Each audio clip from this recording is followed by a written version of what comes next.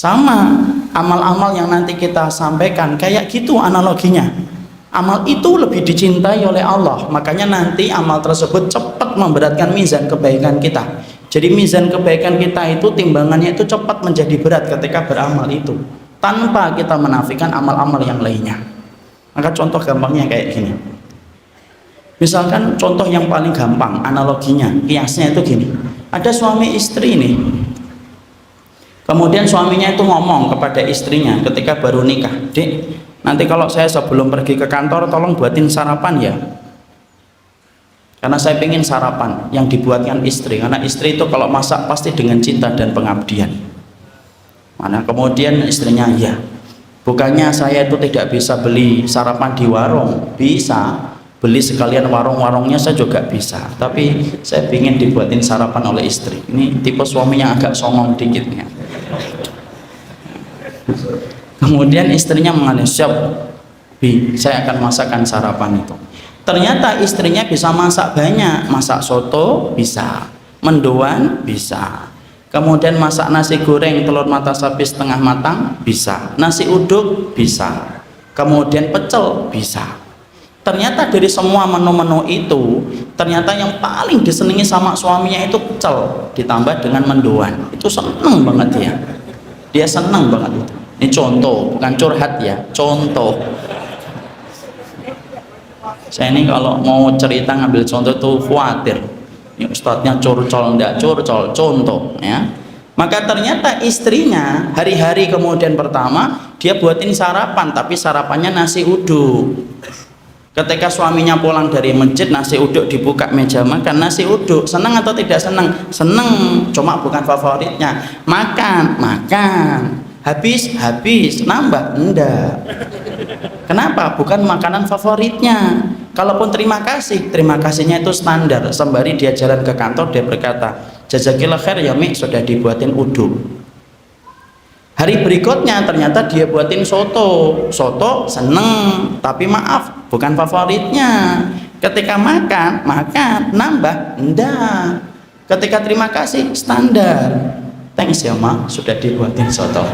Misal dari bahasa Arab pindah ke bahasa Inggris ya, sekali-kali, walaupun taunya thanks doang. Maka kemudian standar. Tapi beda pada hari keberapanya tiba-tiba istrinya itu membuatin pecel ditambah dengan mendoan. Pulang dari masjid baru buka pintu sudah tercium pecel yang bercampur dengan bau mendoan. Matanya itu sudah berbinar-binar. Ketika ditelusuri baunya, dibuka meja makan, pecel plus mendoan masih hangat lagi, Masya Allah. Maka kemudian dia makan, makannya nambah. Pakai garpu? Enggak, pakai tangan. Saking senengnya, mungkin kakinya naik ke meja. Contoh, mungkin saking senengnya itu nambah sampai 2 piring, 3 piring dia nambah. Ketika terima kasih pun beda. "Jazakillah khair banget ya Mi." Ada bangetnya. Kenapa? Pecel. Paham ya contoh itu ya? Jadi artinya bahwasanya suaminya itu apa enggak seneng soto toh Ustaz? Seneng, cuma bukan paling yang dia senengi. Sesungguhnya istrinya, suaminya itu seneng dengan kemudian uduk, bener seneng, cuma bukan makanan favoritnya. Tapi kalau bicara pecel ditambah dengan mendoan, jadi pengen mendoan saya. Maka tuh di sini pecel enggak ada, mendoan enggak ada, teh juga enggak ada. Enggak, ini bukan curhat. Maka ternyata kemudian ketika kemudian makannya pecel ditambah mendoan, ternyata kemudian betul-betul dia seneng, berbinar. Sama kayak gitu, amalan itu semuanya disenangi sama Allah. Betul, semua amal itu disenangi oleh Allah karena Allah yang memerintahkan amal itu. Tapi maaf loh, ada amal-amal tertentu yang lebih Allah cintai daripada amal yang lainnya. Kewajiban ana dan kewajiban antum sama. Bagaimana kita mengetahui amal yang sangat dicintai oleh Allah supaya kita mampu beramal, supaya cepat memberatkan mizan kebaikan kita ketika ditimbang oleh Allah. Dan itulah yang menjadikan kita membahas. Kenapa kita membahas jalan pintas? Karena sesungguhnya saya dan antum musafir. Perjalanan kita sama, perjalanan yang panjang dan jauh menuju kepada surga. Dan kalau kita bermodal dengan amalan biasa, malah kita khawatir bahwasanya kita gagal untuk mendapatkan surga disebabkan kita tidak ngerti jalan pintas kita ke surga itu apa saja. Para ulama lalu kemudian menyebutkan kepada kita amal-amal yang sifatnya jalan pintas itu apa saja. Kita akan terangkan sesuai dengan waktu yang tersedia. Maka para ulama, saya ambilkan pembahasan ini di dalam referensi kitab Ahbabullah yang disusun oleh Abdul Badawi Al-Khalafi hafizahullah ta'ala, salah satu ulama yang kemudian menjadi muridnya Syekh bin Baz rahimahullah ta'ala. Maka kemudian di dalam poin yang pertama, apa itu kemudian amalan yang ternyata sifatnya itu menjadi jalan pintas, yaitu yang pertama, amalan yang ternyata menjadi jalan pintas itu adalah amalan memberikan manfaat kepada saudara antum orang yang beriman dan kemudian membantu agama Allah. Ini satu poin. Yang pertama yaitu adalah membantu saudara antum dalam kebutuhan dunianya dan membantu agama Allah. Sebelum kita menjelaskan panjang lebar tentang poin yang pertama, kita harus paham kenapa kemudian amalan ini dalilnya itu dari mana. Karena omongan tanpa dalil itu kan merupakan dongeng yang tidak perlu kita dengarkan. Maka dalilnya dari mana bahwasanya amalan yang memberikan manfaat kepada saudara kita dan memberikan manfaat kepada agama Allah merupakan satu amalan yang besar kedudukannya di sisi Allah, yaitu adalah dalam satu hadis yang disampaikan dalam riwayat Tabrani di dalam kitabnya Mu'jamul Kabir, dan disebutkan pula di dalam riwayatnya Imam Ahmad dalam satu riwayat. Rasulullah SAW itu kemudian mengatakan wali an amsyah, dalam satu hadis wali an asira ma'a akhin li fi hajatin ahabba ilayya min a'takifa fi masjidi hada syahran. Rasulullah SAW kemudian mengatakan kepada kita dalam salah satu penggalan hadis yang diriwayatkan dari jalurnya Imam Tabrani dalam Mu'jamul Kabir, disebutkan bahwasanya Rasulullah itu bersabda, kamu membantu saudaramu selama 1 hari atas kebutuhan dunia yang dia perlukan, sesungguhnya amalan itu lebih aku cintai daripada amalmu ketika kamu iktikaf di masjidku ini, kata Rasulullah, yaitu di Masjid Nabawi selama 1 bulan. Jadi di situ kita mendapati Rasulullah itu menyampaikan bersamanya seseorang muslim ketika membantu saudaranya 1 hari atas kebutuhan yang dia perlukan dari saudara itu, maka sesungguhnya manfaat yang kita berikan kepadanya itu lebih dicintai dari Nabi daripada amalan iktikaf di masjidnya Nabi selama 1 bulan. Sekarang kita bedah dulu bagaimana penjelasan para ulama tentang masalah hadis ini. Syekh Utsaimin dalam kitab Riyadhus Shalihin itu kemudian menjelaskan kenapa amalan membantu saudara kita selama 1 hari itu disamakan oleh Nabi dengan amalan iktikaf selama 30 hari. Maka beliau itu mengatakan karena sesungguhnya ketika kita membantu saudara kita atas kebutuhan dunia yang dia perlukan, maka sesungguhnya manfaatnya itu dirasakan orang lain. Adapun ketika kita iktikaf di masjidnya Nabi selama 1 bulan, manfaatnya itu kembali kepada diri kita pribadi. Dan Allah itu paling senang apabila satu amal itu ternyata memberikan manfaat kepada orang lain daripada manfaat itu kembali kepada dirinya sendiri. Padahal coba kalau kita kemudian renungkan sebentar, ikhwan, antum iktikaf selama 30 hari di masjidnya Nabi, antum bisa bayangkan nggak betapa beratnya dan betapa mahalnya amalan itu? Kita bayangkan iktikaf selama 30 hari, Masya Allah, iktikaf 10 hari aja banyak orang yang nggak mampu iktikaf kok. Iktikafnya cuma malam, paginya keluar dari masjid. Yang mana kemudian banyak di antara kita, kalau kita mau jujur, kita ini belum pernah iktikaf 10 hari secara sempurna dari tanggal 20 sampai kemudian terlihatnya hilal. Rasulku dan Rasul antum itu tidak mengatakan 10 hari ikhwan, tetapi Rasulullah mengatakan 30 hari, dan itu di masjidnya Nabi. Mahal atau tidak mahal? Mahal. Kita beli tiketnya sudah, tapi tidak takut untuk menodai kehormatan orang yang beriman. Maaf, berarti kita ini kemudian dibisiki setan sampai tidak ngerti bagaimana prioritas kita ketika meninggalkan dosa. Ngajinya ana dan antum, maka kemudian menjadikan kita saling mencintai. Kalaupun ada saudara kita yang melakukan kesalahan, bukankah kalau kita mencintai mereka, cara mengingatkannya pun harus dengan cara yang baik? Karena kita tidak bisa menyalahkan ikhwan. Jangan mencela kegelapan kalau kita tidak membawa lentera. Jangan suka kemudian kita menodai kehormatan ketika kita tidak pernah menegakkan kewajiban kita kepadanya. Karena ini yang kemudian hilang dalam kehidupan hari ini ketika kita berilmu. Ikhwan, antum tahu nggak? Orang itu kalau sudah saling mencintai, saling mengingatkannya pun baik. Antum lihat aja suami istri kalau saling mencintai. Suami istri itu ikhwan kalau sudah saling mencintai, Masya Allah, kata-katanya itu lembut betul. Suami istri kalau saling mencintai itu. Coba kalau suami istri itu baru saling mencintai itu. Kadang-kadang suaminya ngomong, "Dek," istrinya langsung, "Ya mas," tuh langsung paham. Baru dek doang. Kenapa? Hati mereka lagi dekat. Kadang-kadang istrinya ngomong, "Mas," oh iya ya, lupa martabaknya. Padahal baru mas doang. Kadang-kadang lakinya, "Dek," "Ya mas," Insya Allah. Tuh kan?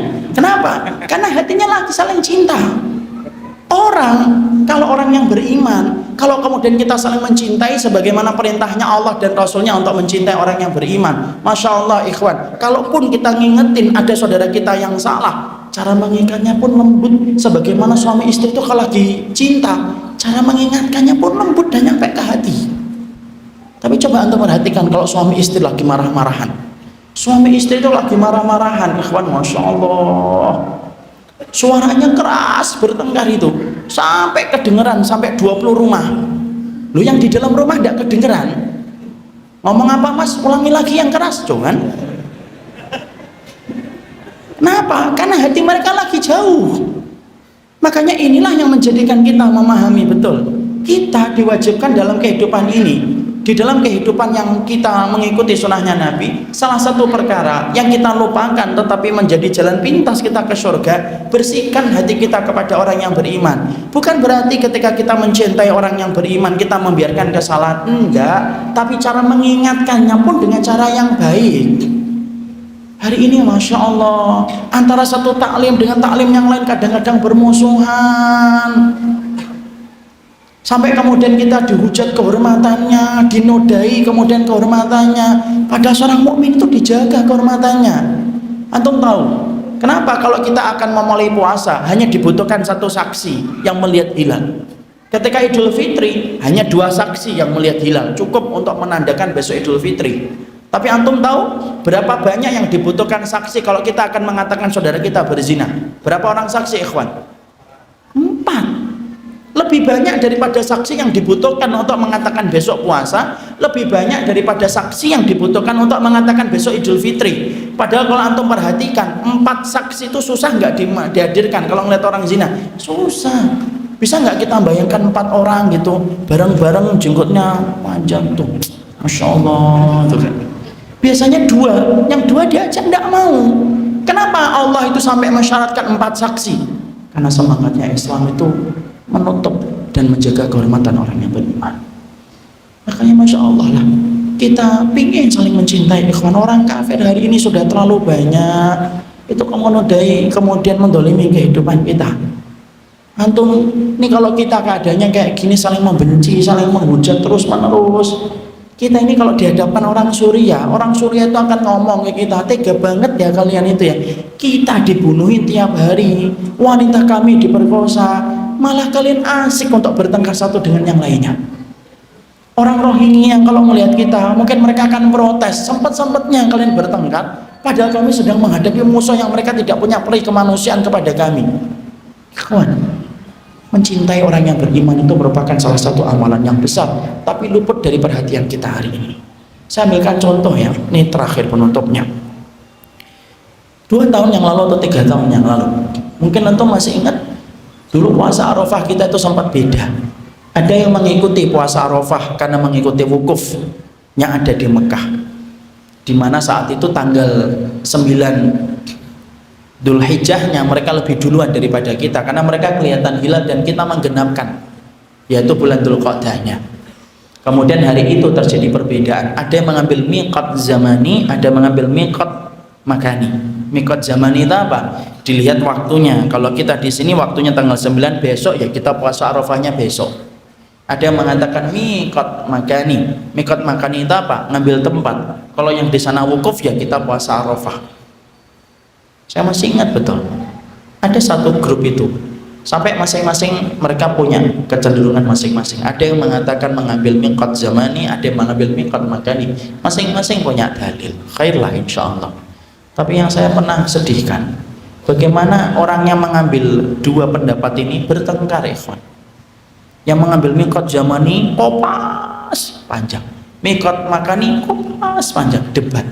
Tidak ketemu, masya Allah. Keluar dari grup, live group. Yang satu teman debatnya itu keluar, tidak terima, ikut live group juga dia. Sampai kemudian adminnya ikut-ikutan live group, ya. Sampai kemudian kita berpikir, masya Allah, puasa Arafah hukumnya sunnah, mencintai orang yang beriman hukumnya wajib. Kita malah kemudian membela sesuatu yang sifatnya sunnah mustahabbah, tapi meninggalkan yang wajib. Makanya ada salah satu di antara hal ini penutupnya, yaitu Syekh bin Baz. Syekh bin Baz itu, beliau itu ketika habis rukuk sedekap. Ada sebagian ulama yang ketika habis rukuk lurus, yang sedekap namanya qabd, yang lurus namanya irsal. Beliau termasuk orang yang memegang pendapat kalau habis rukuk itu sedekap.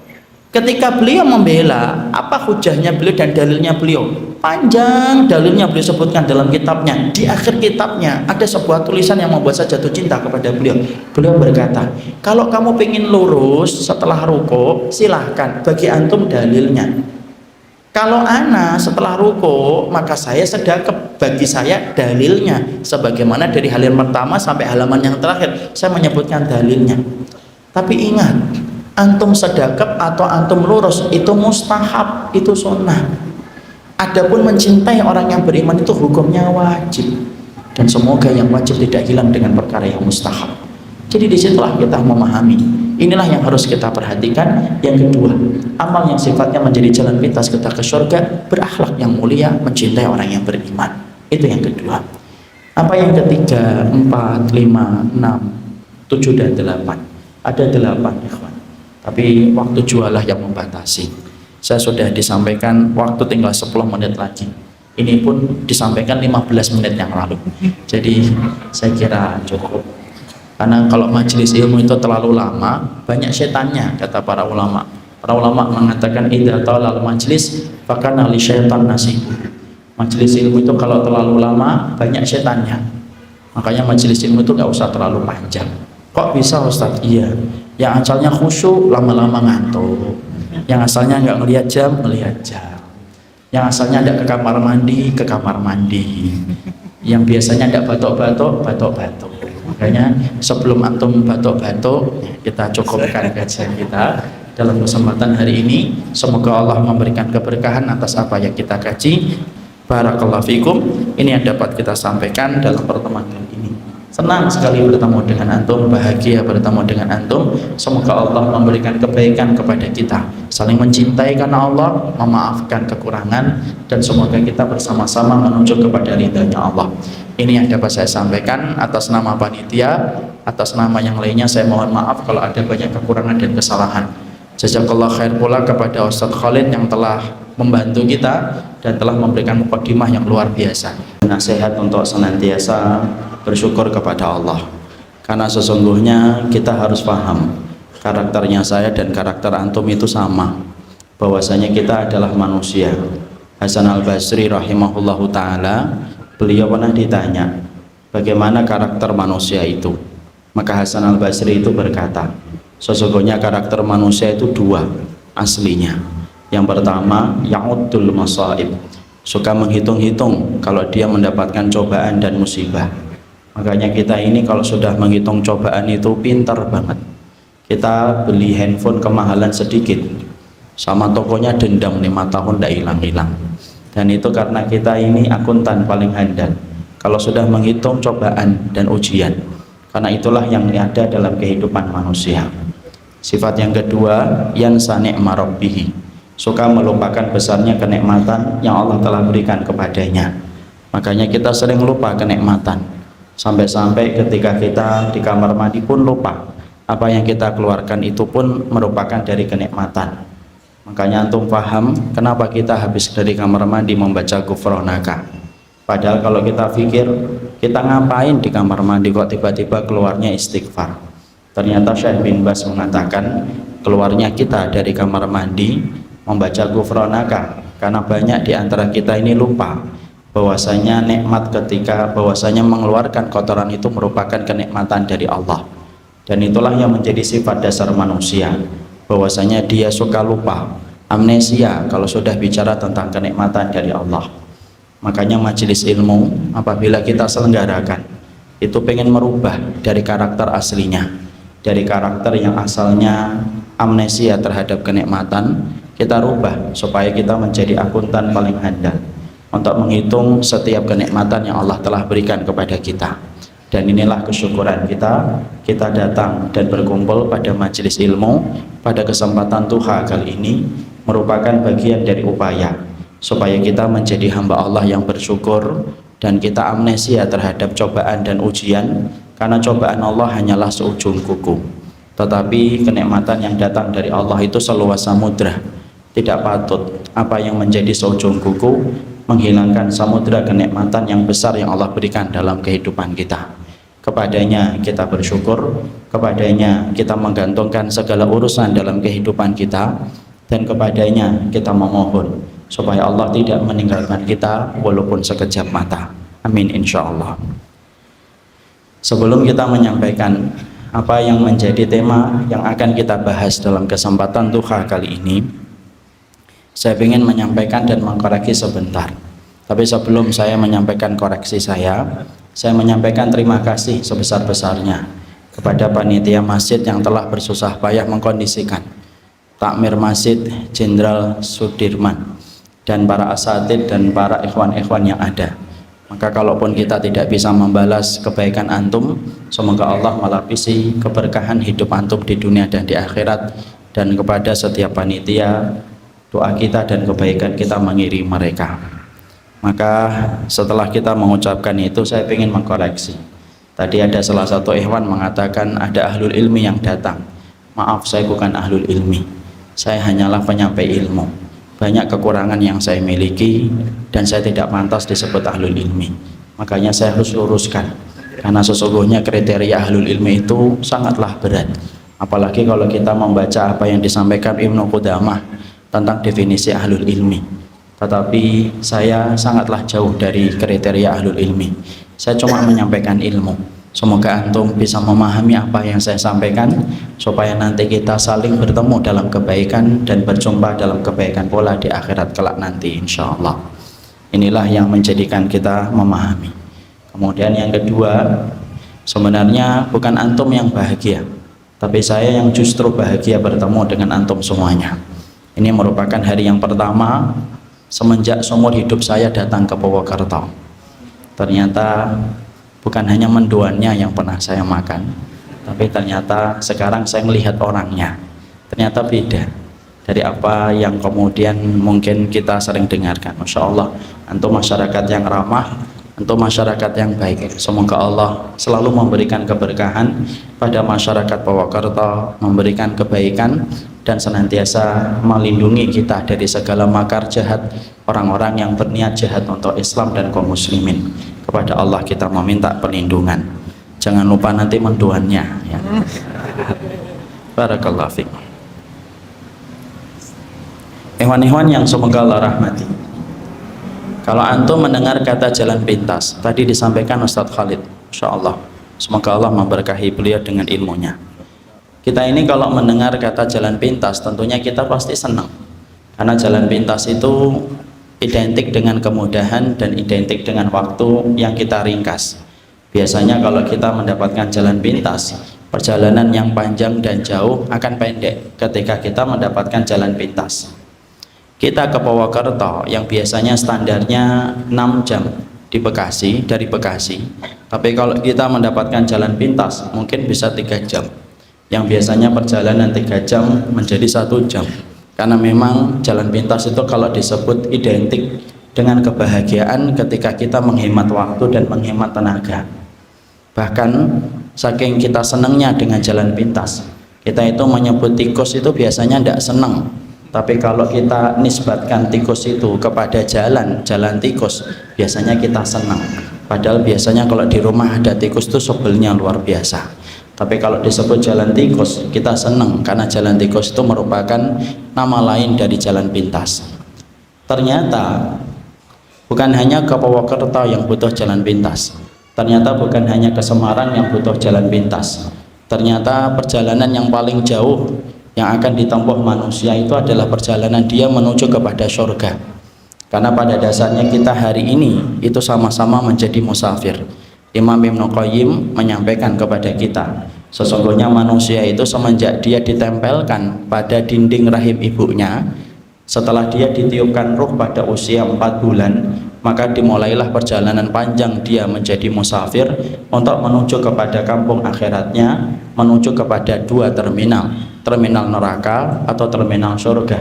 Dan ternyata itu merupakan perjalanan yang paling jauh yang ditempuh manusia dalam kehidupannya. Makanya inilah yang menjadikan kita memahami, kalaulah kemudian ke Purwokerto yang tidak sepanjang ke akhirat kita butuh jalan pintas, kalaulah ke Semarang yang tidak sepanjang jalan kita kepada terminal surga ternyata kita butuh jalan pintas, Masya Allah, sesungguhnya perjalanan kita ke surga pun membutuhkan jalan pintas. Karena kalau kita tidak mendapatkan jalan pintas, kita khawatir kita gagal mendapatkan apa yang kita mau, yaitu mendarat di terminal 1 yaitu bernama surga. Antum tahu ikhwan, kita ini punya banyak kekurangan. Kekurangan yang kita miliki itu yang kita khawatirkan akan menjadi penghalang kita untuk mendapatkan jalan pintas. Memang kita penghilangnya apa Ustadz? Penghalangnya satu, kita ini umurnya pendek, ajalnya itu terbatas.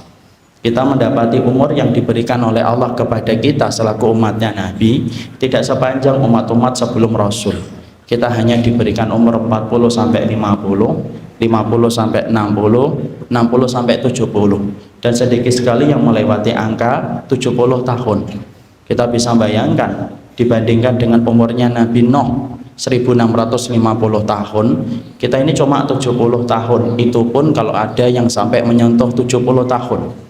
Padahal kita hari ini banyak yang meninggal mendadak. Ada yang cegukan 3 kali meninggal dunia, ada yang main futsal meninggal dunia. Dan ternyata itulah yang kita khawatirkan. Ternyata modal yang kita kumpulkan kadang-kadang tidak bisa banyak, karena waktu yang kita miliki itu tidak terlalu panjang sebagaimana umat sebelum Rasul. Sudah lagi ditambah bahwasanya kondisi hati kita itu tidak selalu semangat. Makanya kalau antum perhatikan ikhwan, ternyata semangat itu punya musim. Bukan hanya buah yang punya musim, semangat pun punya musim. Ada musim-musim kita kemudian bersemangat, ada musim-musim kita itu redup semangatnya. Kadang-kadang kalau kita lagi semangat betul, Masya Allah, pengennya itu sholat tahajud itu dari habis isya sampai subuh kalau lagi semangat. Tetapi kadang-kadang kita mengalami masa lesu. Masa lesu itulah yang disebut dengan masa futur. Masa futur itu adalah masa lesu ketika kita beribadah. Mending sholat malam dari isya sampai subuh. Kadang-kadang cuma sholat 2 rakaat saja, habis maghrib aja terasa berat. Kenapa? Karena ternyata ketaatan itu punya musim. Ada musim yang bernama futur yang menimpa kita sampai menyebabkan kita malas melakukan ibadah. Ditambah lagi bahwasanya kita ini memiliki penyakit yang Allah berikan dan Allah sapa kepada setiap orang, itu menjadikan kita meninggalkan ibadah. Yang biasanya kita mampu puasa, kalau kita lagi sakit kita tinggalkan puasanya sejenak. Yang biasanya sholat malam kita tinggalkan sejenak sholat malamnya, karena kondisi kita tidak fit dan tidak prima. Dan itulah yang menjadikan kita khawatir kalau kita mengandalkan ibadah biasa pada zona nyaman ibadah kita, maka kita khawatir bahwasanya kita tidak bisa mendapatkan surga karena umurku pendek, umur antum juga pendek, ajal saya terbatas, ajal antum juga terbatas, futur kita sering, futur antum juga sering, penyakit kita juga sering datang. Maka inilah yang menjadikan akhirnya kita paham, berarti saya dan antum membutuhkan jalan pintas, karena jalan pintas itu sifatnya adalah amal yang sifatnya memberatkan mizan kebaikan kita, dan kita berharap supaya dengan amalan itu akan memudahkan kita untuk mendapatkan surga dan ridhonya Allah dalam kehidupan kelak di kampung akhirat kita. Makanya saking pentingnya masalah ini bagi kehidupan orang yang beriman. Iblis itu tidak suka. Iblis itu paling tidak suka kalau ada orang itu beramal dengan jalan pintas. Iblis itu paling tidak suka kalau kemudian manusia itu beramal dengan amalan yang sifatnya menjadi pemberat mizan kebaikan. Makanya kemudian iblis itu akan melakukan apa saja untuk menggagalkan supaya kita itu melakukan amalan yang sifatnya jalan pintas. Mungkin antum akan bertanya, "Mosok sih Ustaz?" Iya, iblis itu tidak suka. Mana dalilnya bahwasanya iblis itu tidak suka kalau kita melakukan amalan yang sifatnya jalan pintas?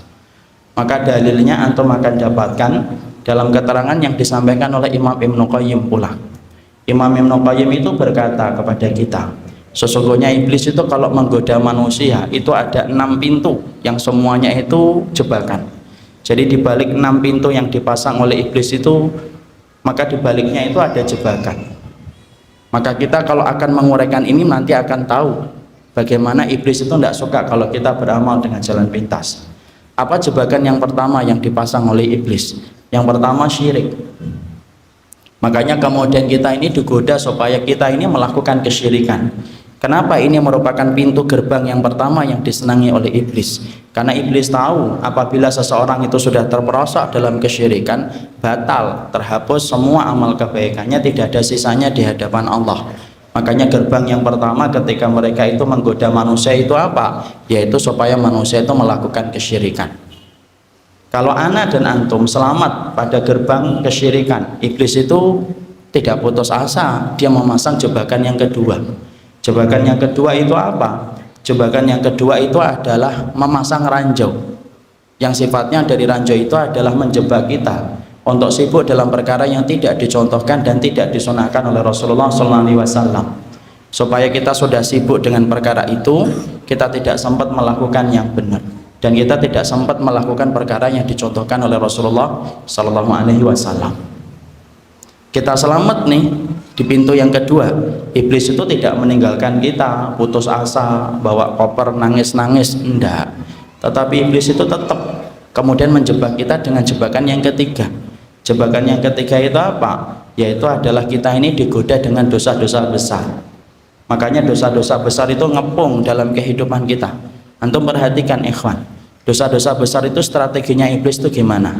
Iblis itu ketika menggoda kita dengan dosa-dosa besar, satu, bagaimana dosa-dosa besar itu dirubah namanya dari nama yang dulunya menjijikkan, kemudian dirubah namanya dengan nama-nama yang tampaknya tidak lagi menjijikkan, supaya ketika kita tidak lagi memandang jijik dosa-dosa besar itu, akhirnya orang dan manusia itu bisa melakukan dosa-dosa itu tanpa dia sadari.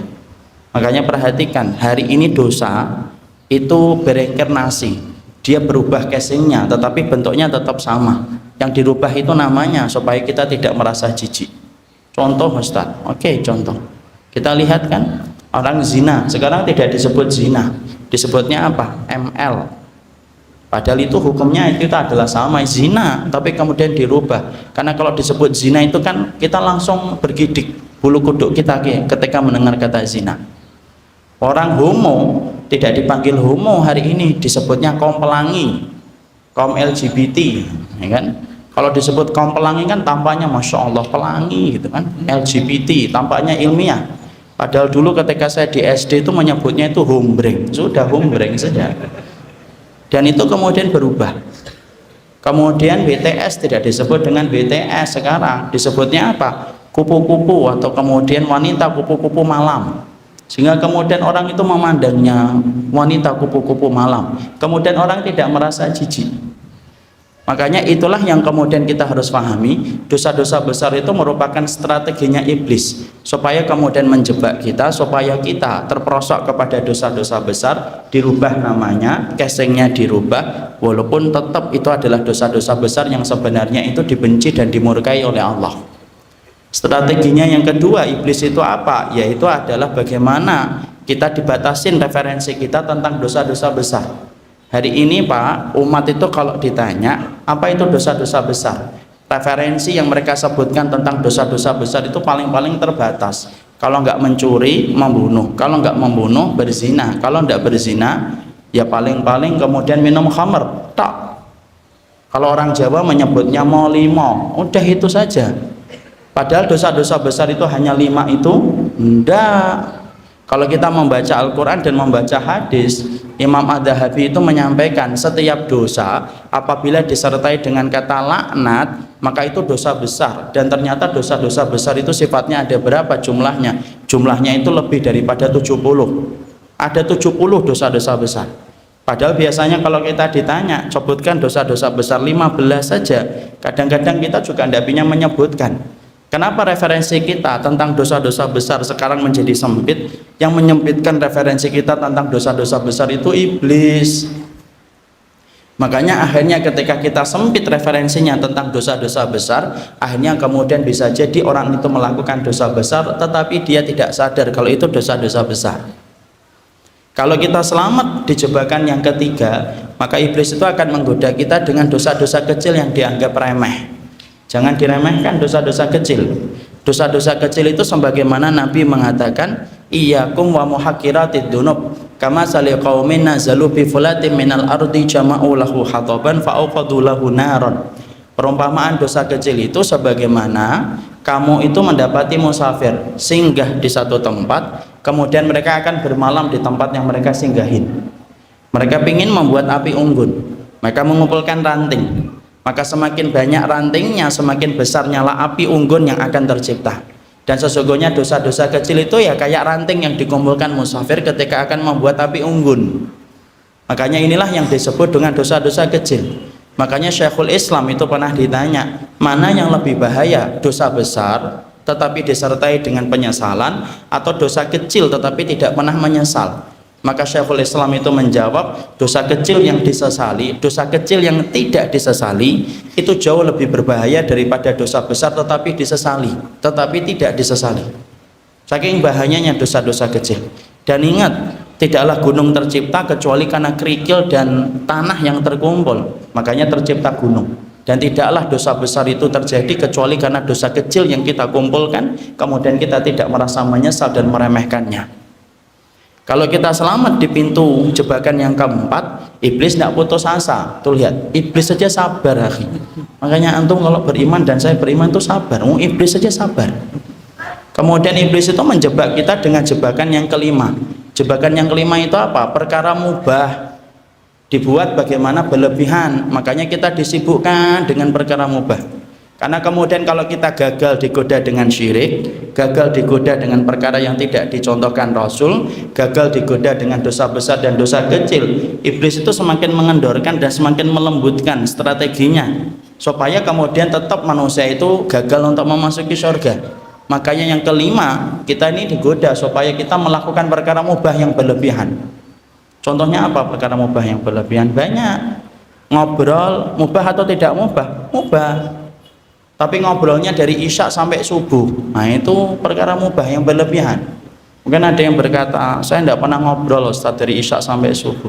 Iya, tapi WA-nya online dari habis isya sampai subuh, sama aja. Itu termasuk perkara mubah yang berlebihan.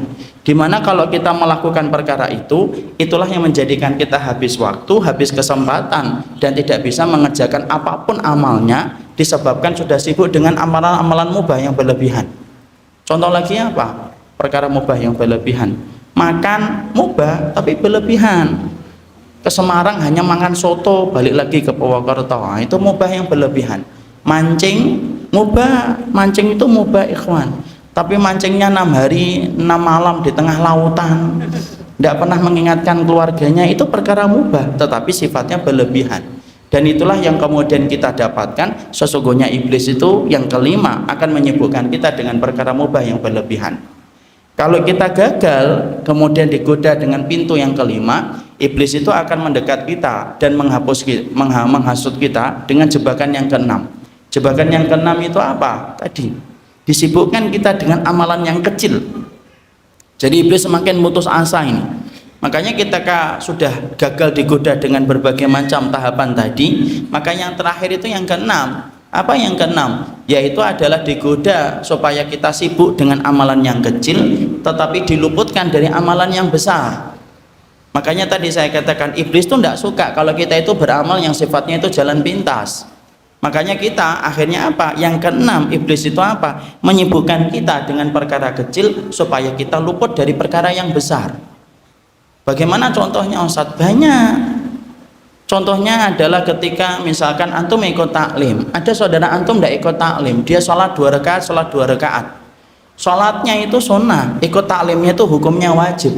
Tapi dia sibuk untuk kemudian mendahulukan sholat sunnahnya, tetapi meninggalkan yang wajib, taklim. Itu termasuk salah satu contoh, disibukkan dengan perkara kecil, tetapi diluputkan dari perkara yang besar. Ibu antum sakit, antum pergi kemana-mana, ibu antum manggil-manggil antum, kesini loh nak rawat ibu, temenin ibu. Tapi antum malah berkata sama ibunya, ndak ibu, saya harus silaturahmi ke teman-teman saya ingin dapat pahala. Betul, antum datang ke teman-teman antum dapat pahala. Tapi ketika antum meninggalkan ibu antum ketika sakit, itu berarti antum meninggalkan pintu gerbangnya surga. Dan itu termasuk di antara jebakan iblis. Dalam konteks peperangan itu pun sama. Ternyata ikhwan antum paham nggak? Ternyata yang mengimpor Ahmadiyah datang ke Indonesia itu adalah Belanda. Dan ternyata salah satu double impactnya sampai ketika Ahmadiyah itu datang ke Indonesia, sampai kemudian orang-orang itu ada yang tidak mau berjuang untuk melawan Belanda, walaupun tidak banyak. Jadi ada sebagian kecil kaum muslimin pada saat sebelum 1945, mereka itu sibuk zikir, masuk masjid, masuk langgar, masuk ke pesantrennya. Kemudian dia berzikir, ibadah zikir itu, tapi dia meninggalkan kewajiban yang lebih besar saat itu ketika Belanda itu menguasai tanah bumi pertiwi. Padahal amalan yang paling utama itu apa? Jihad di jalan Allah. Makanya inilah yang tadi kita sebutkan, ternyata kita ini butuh jalan pintas supaya kemudian kita bisa memasuki surga. Tetapi kita tidak menafikan bahwasanya iblis itu tidak suka kalau kita itu beramal dengan amalan jalan pintas. Nah inilah yang menjadikan kita harus paham, berarti ana dan antum membutuhkan jalan pintas karena perjalanan kita ke surga itu jauh. Dan kita khawatir kalau kita tidak paham tentang jalan pintas yang diterangkan oleh kitabullah dan sunnah, akhirnya perjalanan kita itu urung kita mendapatkan surga ketika kita tidak mendapatkan jalan pintas dalam kehidupan kita beribadah kepada Allah. Apakah nanti berarti saya itu harus meremehkan amal yang lain? Oh, tidak boleh. Bukan berarti ketika nanti kita bahas jalan pintas, kemudian kita meremehkan amal-amal yang mungkin kita tidak kategorikan menjadi jalan pintas. Tetap itu tidak boleh. Karena bagaimanapun yang dinamakan amal, amal itu yang mensyariatkan Allah. Makanya tidak boleh bagi kita meremehkannya, walaupun mungkin itu bukan termasuk jalan pintas. Karena kita paham, karena yang mensyariatkan amal itu dalam kehidupan kita adalah Allah. Makanya kita tetap memprioritaskan jalan pintas kita itu apa, sebagaimana nanti keterangan kita akan peroleh satu persatu tanpa kita meremehkan amal. Karena tidak boleh seorang mukmin yang mengikuti Rasul untuk meremehkan amal. Jadi analoginya kayak gini ikhwan. Jadi kayak Quran, antum tahu Quran. Al-Quran itu dari alif lam mim sampai minal jinnati wan nas, itu kalamnya Allah.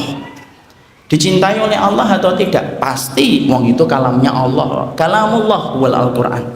Sesungguhnya kalamullah al-munazzal ala abdihi Muhammad al-muta'abbad bitilawatihi, itu Quran. Semuanya dicintai oleh Allah dari alif lam mim sampai minal jinnati wan nas. Tapi ikhwan, kita tidak menutup mata. Ada beberapa ayat dan beberapa surat yang lebih Allah cintai daripada ayat dan surat yang lainnya. Contoh, Allah lebih mencintai ayat kursi daripada ayat yang lainnya. Allah mencintai surat Al-Ikhlas daripada surat An-Naba.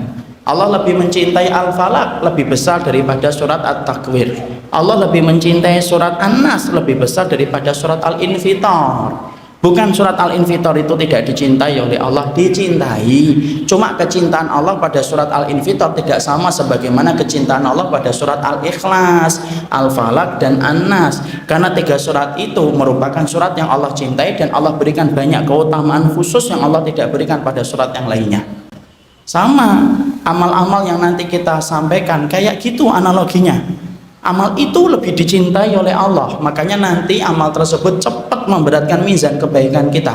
Jadi mizan kebaikan kita itu timbangannya itu cepat menjadi berat ketika beramal itu, tanpa kita menafikan amal-amal yang lainnya. Maka contoh gampangnya kayak gini. Misalkan contoh yang paling gampang analoginya, kiasnya itu gini. Ada suami istri nih. Kemudian suaminya itu ngomong kepada istrinya ketika baru nikah, "Dek, nanti kalau saya sebelum pergi ke kantor tolong buatin sarapan ya, karena saya pengen sarapan yang dibuatkan istri, karena istri itu kalau masak pasti dengan cinta dan pengabdian." Mana kemudian istrinya, "Ya, bukannya saya itu tidak bisa beli sarapan di warung?" "Bisa, beli sekalian warung-warungnya saya juga bisa, tapi saya pengen dibuatin sarapan oleh istri." Ini tipe suaminya agak songong dikit ya. Kemudian istrinya mengatakan, siap Bi, saya akan masakan sarapan itu. Ternyata istrinya bisa masak banyak, masak soto bisa, mendoan bisa, kemudian masak nasi goreng telur mata sapi setengah matang bisa, nasi uduk bisa, kemudian pecel bisa. Ternyata dari semua menu-menu itu, ternyata yang paling disenangi sama suaminya itu pecel ditambah dengan mendoan. Itu seneng banget ya, dia seneng banget itu. Ini contoh, bukan curhat ya, contoh. Saya ini kalau mau cerita ngambil contoh tuh khawatir ini ustadznya curcol enggak curcol, contoh ya. Maka ternyata istrinya hari-hari kemudian pertama dia buatin sarapan, tapi sarapannya nasi uduk. Ketika suaminya pulang dari masjid, nasi uduk dibuka meja makan, nasi uduk. Senang atau tidak senang? Senang, cuma bukan favoritnya. Makan, makan. Habis, habis. Nambah? Enggak. Kenapa? Bukan makanan favoritnya. Kalaupun terima kasih, terima kasihnya itu standar. Sembari dia jalan ke kantor, dia berkata, jazakillah khair ya Mi, sudah dibuatin uduk. Hari berikutnya ternyata dia buatin soto. Soto seneng, tapi maaf, bukan favoritnya. Ketika makan, makan, nambah, enggak. Ketika terima kasih, standar. Thanks ya Ma, sudah dibuatin soto. Bisa. Dari bahasa Arab pindah ke bahasa Inggris ya, sekali-kali. Walaupun taunya thanks doang. Maka kemudian standar. Tapi beda pada hari keberapanya tiba-tiba istrinya itu membuatin pecel ditambah dengan mendoan. Pulang dari masjid baru buka pintu sudah tercium pecel yang bercampur dengan bau mendoan. Matanya itu sudah berbinar-binar. Ketika ditelusuri baunya, dibuka meja makan, pecel plus mendoan masih hangat lagi, Insya Allah. Maka kemudian dia makan, makannya nambah. Pakai garpu? Enggak, pakai tangan. Saking senangnya, mungkin kakinya naik ke meja.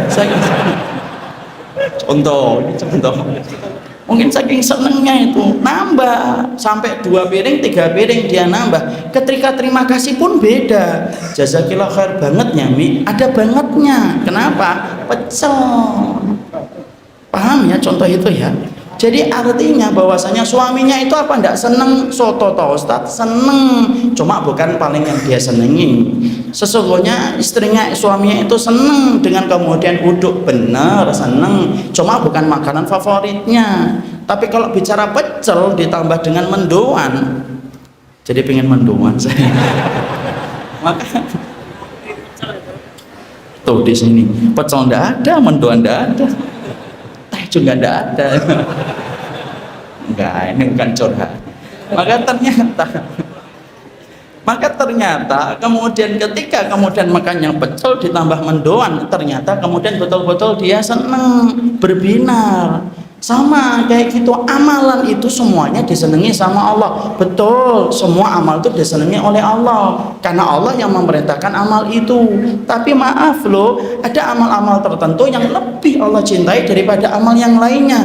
Kewajiban anak dan kewajiban antum sama. Bagaimana kita mengetahui amal yang sangat dicintai oleh Allah supaya kita mampu beramal, supaya cepat memberatkan mizan kebaikan kita ketika ditimbang oleh Allah. Dan itulah yang menjadikan kita membahas. Kenapa kita membahas jalan pintas? Karena sesungguhnya saya dan antum musafir. Perjalanan kita sama, perjalanan yang panjang dan jauh menuju kepada surga. Dan kalau kita bermodal dengan amalan biasa, malah kita khawatir bahwasanya kita gagal untuk mendapatkan surga disebabkan kita tidak ngerti jalan pintas kita ke surga itu apa saja. Para ulama lalu kemudian menyebutkan kepada kita, amal-amal yang sifatnya jalan pintas itu apa saja? Kita akan terangkan sesuai dengan waktu yang tersedia. Maka para ulama, saya ambilkan pembahasan ini di dalam referensi kitab Ahbabullah yang disusun oleh Abdul Badawi Al-Khalafi hafizahullah ta'ala, salah satu ulama yang kemudian menjadi muridnya Syekh bin Baz rahimahullah ta'ala. Maka kemudian di dalam poin yang pertama, apa itu kemudian amalan yang ternyata sifatnya itu menjadi jalan pintas?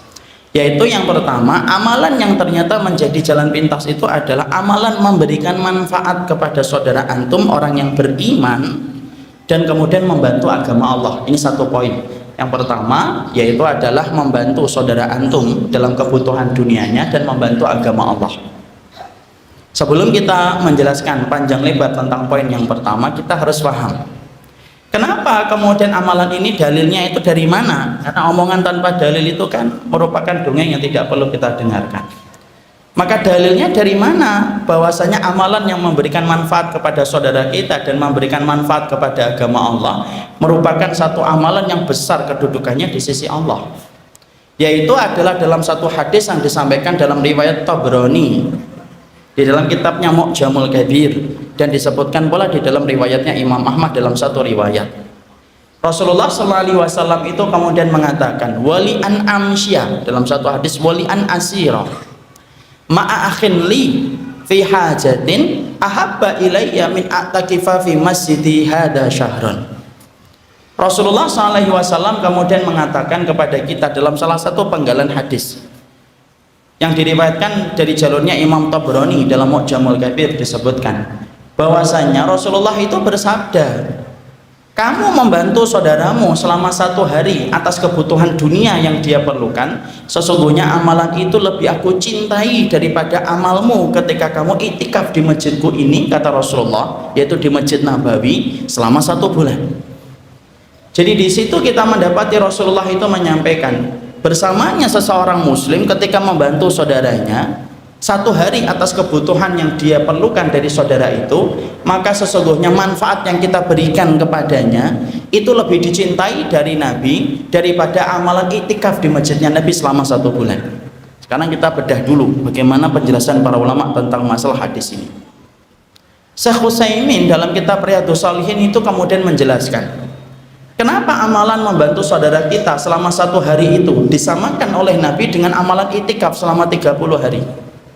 Maka beliau itu mengatakan, karena sesungguhnya ketika kita membantu saudara kita atas kebutuhan dunia yang dia perlukan, maka sesungguhnya manfaatnya itu dirasakan orang lain.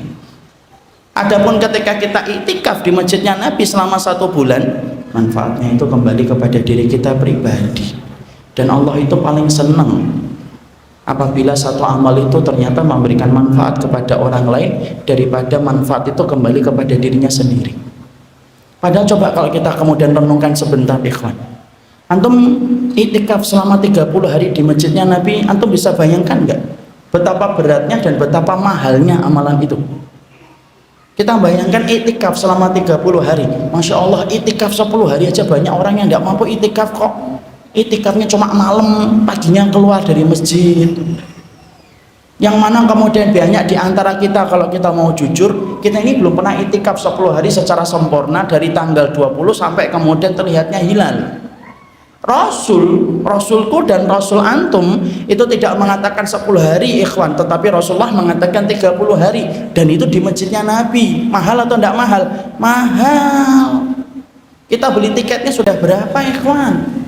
Bolak-balik minimal 15 juta hanya untuk membayar tiketnya. Tapi amalan seberat ini ditambah dengan kemudian beratnya ketika kita itikaf selama 30 hari, ternyata disamakan oleh Nabi. Bagaimana ketika antum mengetuk pintu saudara antum, ketok pintunya rumahnya, kemudian antum sampaikan kepadanya, mungkin dia dalam keadaan sakit, antum ngomong kepada dia, akhi, antum butuh apa hari ini? Ana wakafkan nih diri ana sama antum selama 1 hari. Ente butuh kacang hijau, ayo. Butuh mendoan, monggo. Ente butuh ke dokter, ayo. Maka kemudian saya akan antar antum selama 1 hari ini. Dan kemudian ternyata kalau dia melakukan itu 1 hari saja sebanding dengan 30 hari itikaf. Makanya kalau kita mempelajari dan merenungi hadis ini ikhwan, di sini kita akan mendapati itu apa? Sesungguhnya agama ini dan sunnah ini yang diwariskan oleh Nabi itu mengajarkan kepada kita bahwasanya Islam itu bukan ananiah. Apa itu ananiah? Yaitu adalah egosentris dan individual sentris, memikirkan tentang dirinya sendiri dan tidak peduli tentang keadaan orang lain. Makanya kalau orang itu sudah taklim lama tetapi ternyata manfaatnya susah dirasakan manfaatnya oleh orang lain, gagal dia. Berarti dia belum paham tentang salah satu tujuan disyariatkannya sunnah dalam kehidupan kita. Makanya sampai-sampai ada ulama terdahulu itu menyampaikan dalam salah satu bentuk asar yang indah, sampai mereka itu berkata kun nahron wala takun bi'ran. Sampai mereka mengatakan kun nahron wala takun bi'ran. Kalau kamu itu jadi Mukmin itu jadilah kayak sungai dan jangan pernah menjadi kayak sumur. Apa Ustaz sumur dengan sungai? Manfaatnya itu loh akhi.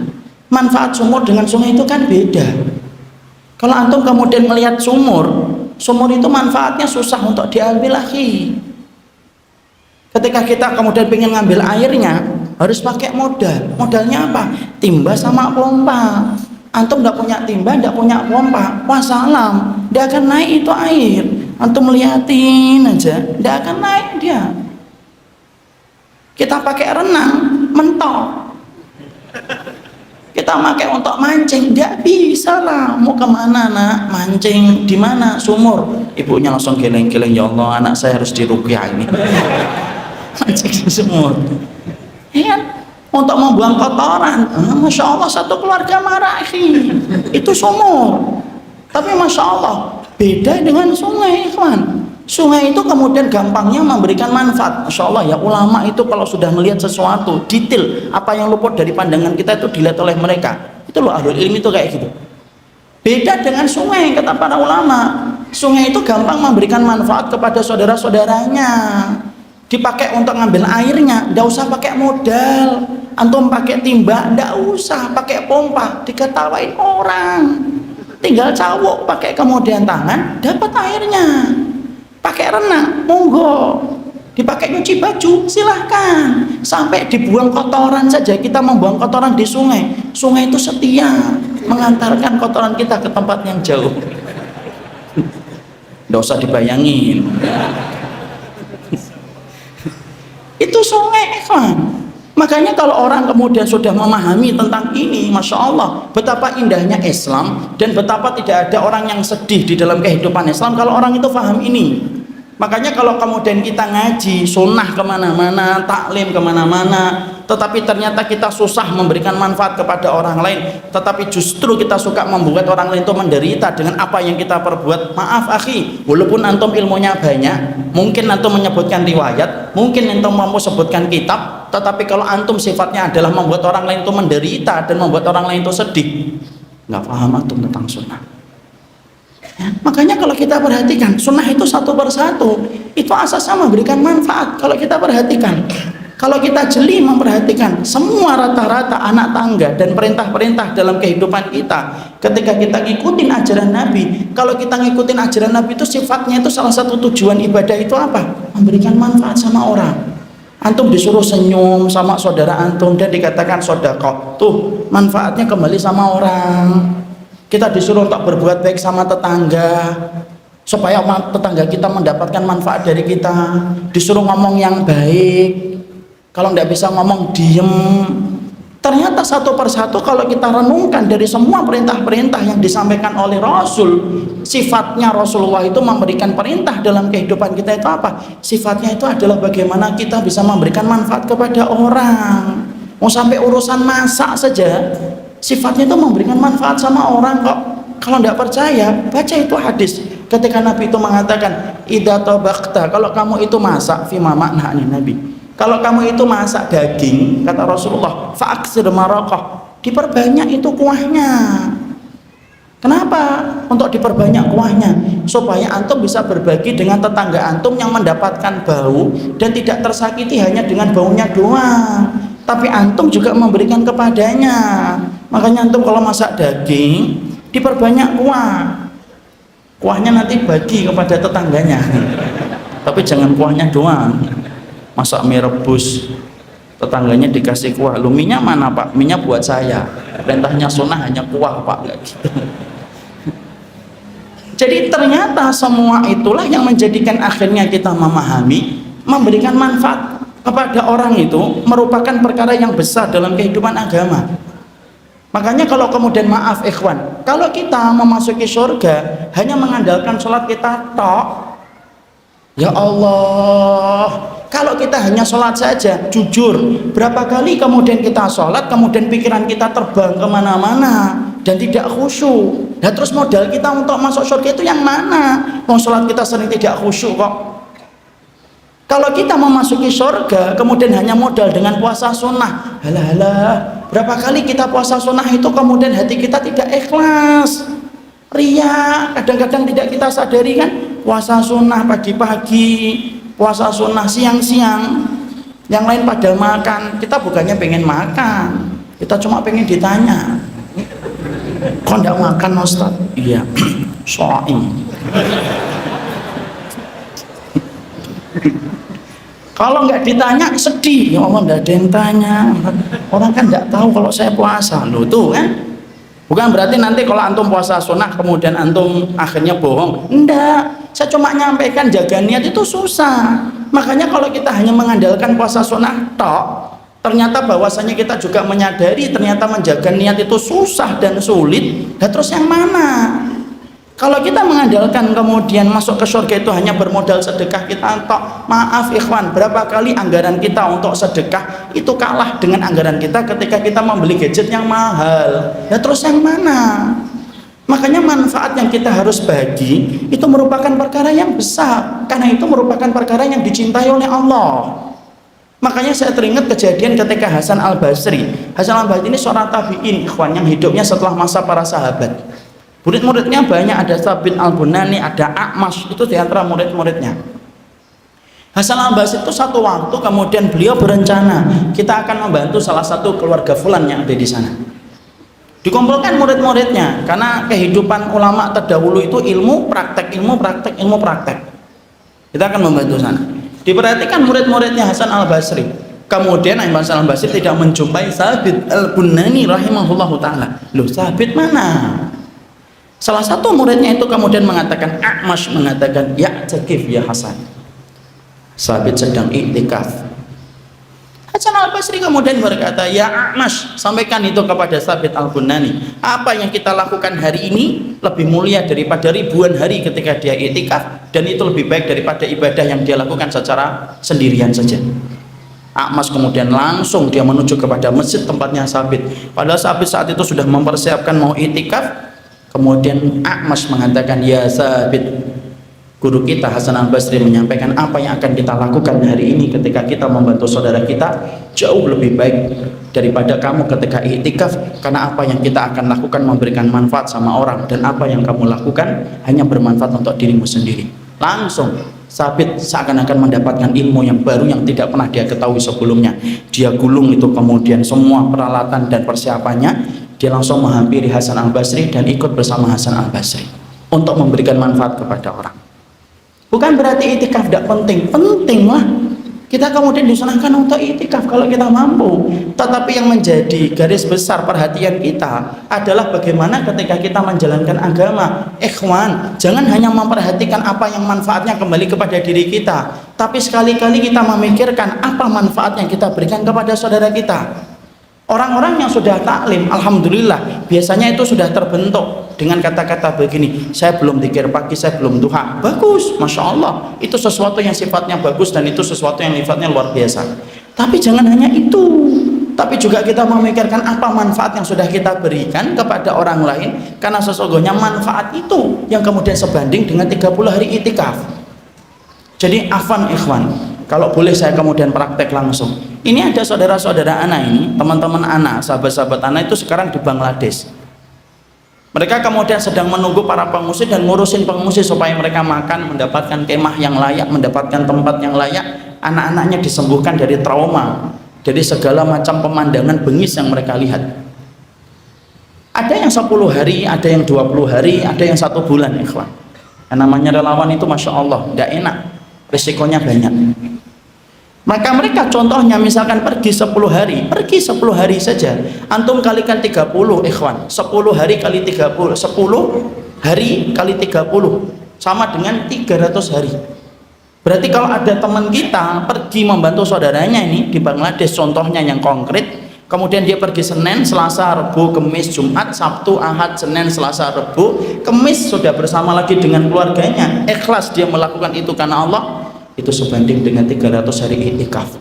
Padahal kalau kita bayangkan 300 hari itikaf itu berat atau susah? Berat ikhwan. Antum mampu nggak 300 hari itikaf, sholat, zikir, puasa, tidur, bangun, sholat lagi, zikir lagi, puasa sampai 300 hari, dan itu bukan sesuatu yang gampang. Kenapa kenapa ya Ustadz kita tidak pernah kepikiran tentang amal itu, tetapi sering kepikirannya amalan sholat duha kita saja, sering kepikiran zikir paginya saja? Ya karena sesungguhnya tadi saya sampaikan, kan tadi kita menyampaikan iblis itu tidak suka ketika kita beramal yang sifatnya itu amal itu merupakan jalan pintas.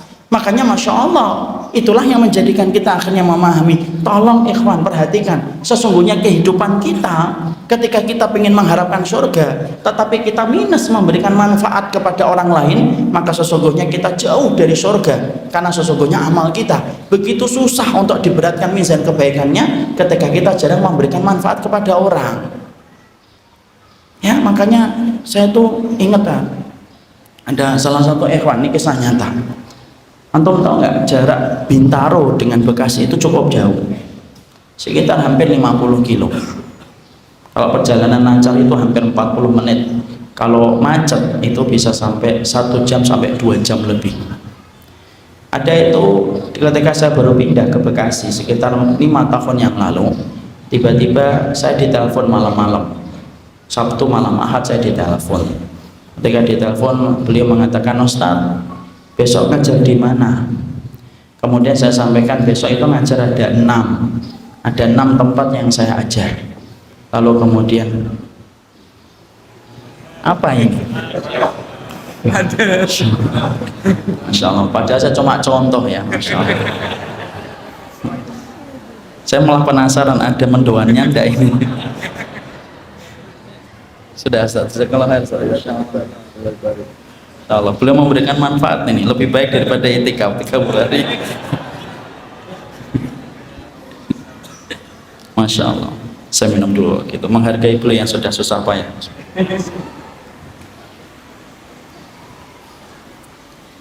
Alhamdulillah akhirnya ada teh. Sampai mana tadi? Saya iya, ada teman saya, ada kemudian salah satu jamaah nelpon saya. Kemudian beliau bertanya, Ustadz besok Ustadz mau kemana? Saya bilang saya taklimnya banyak akhi.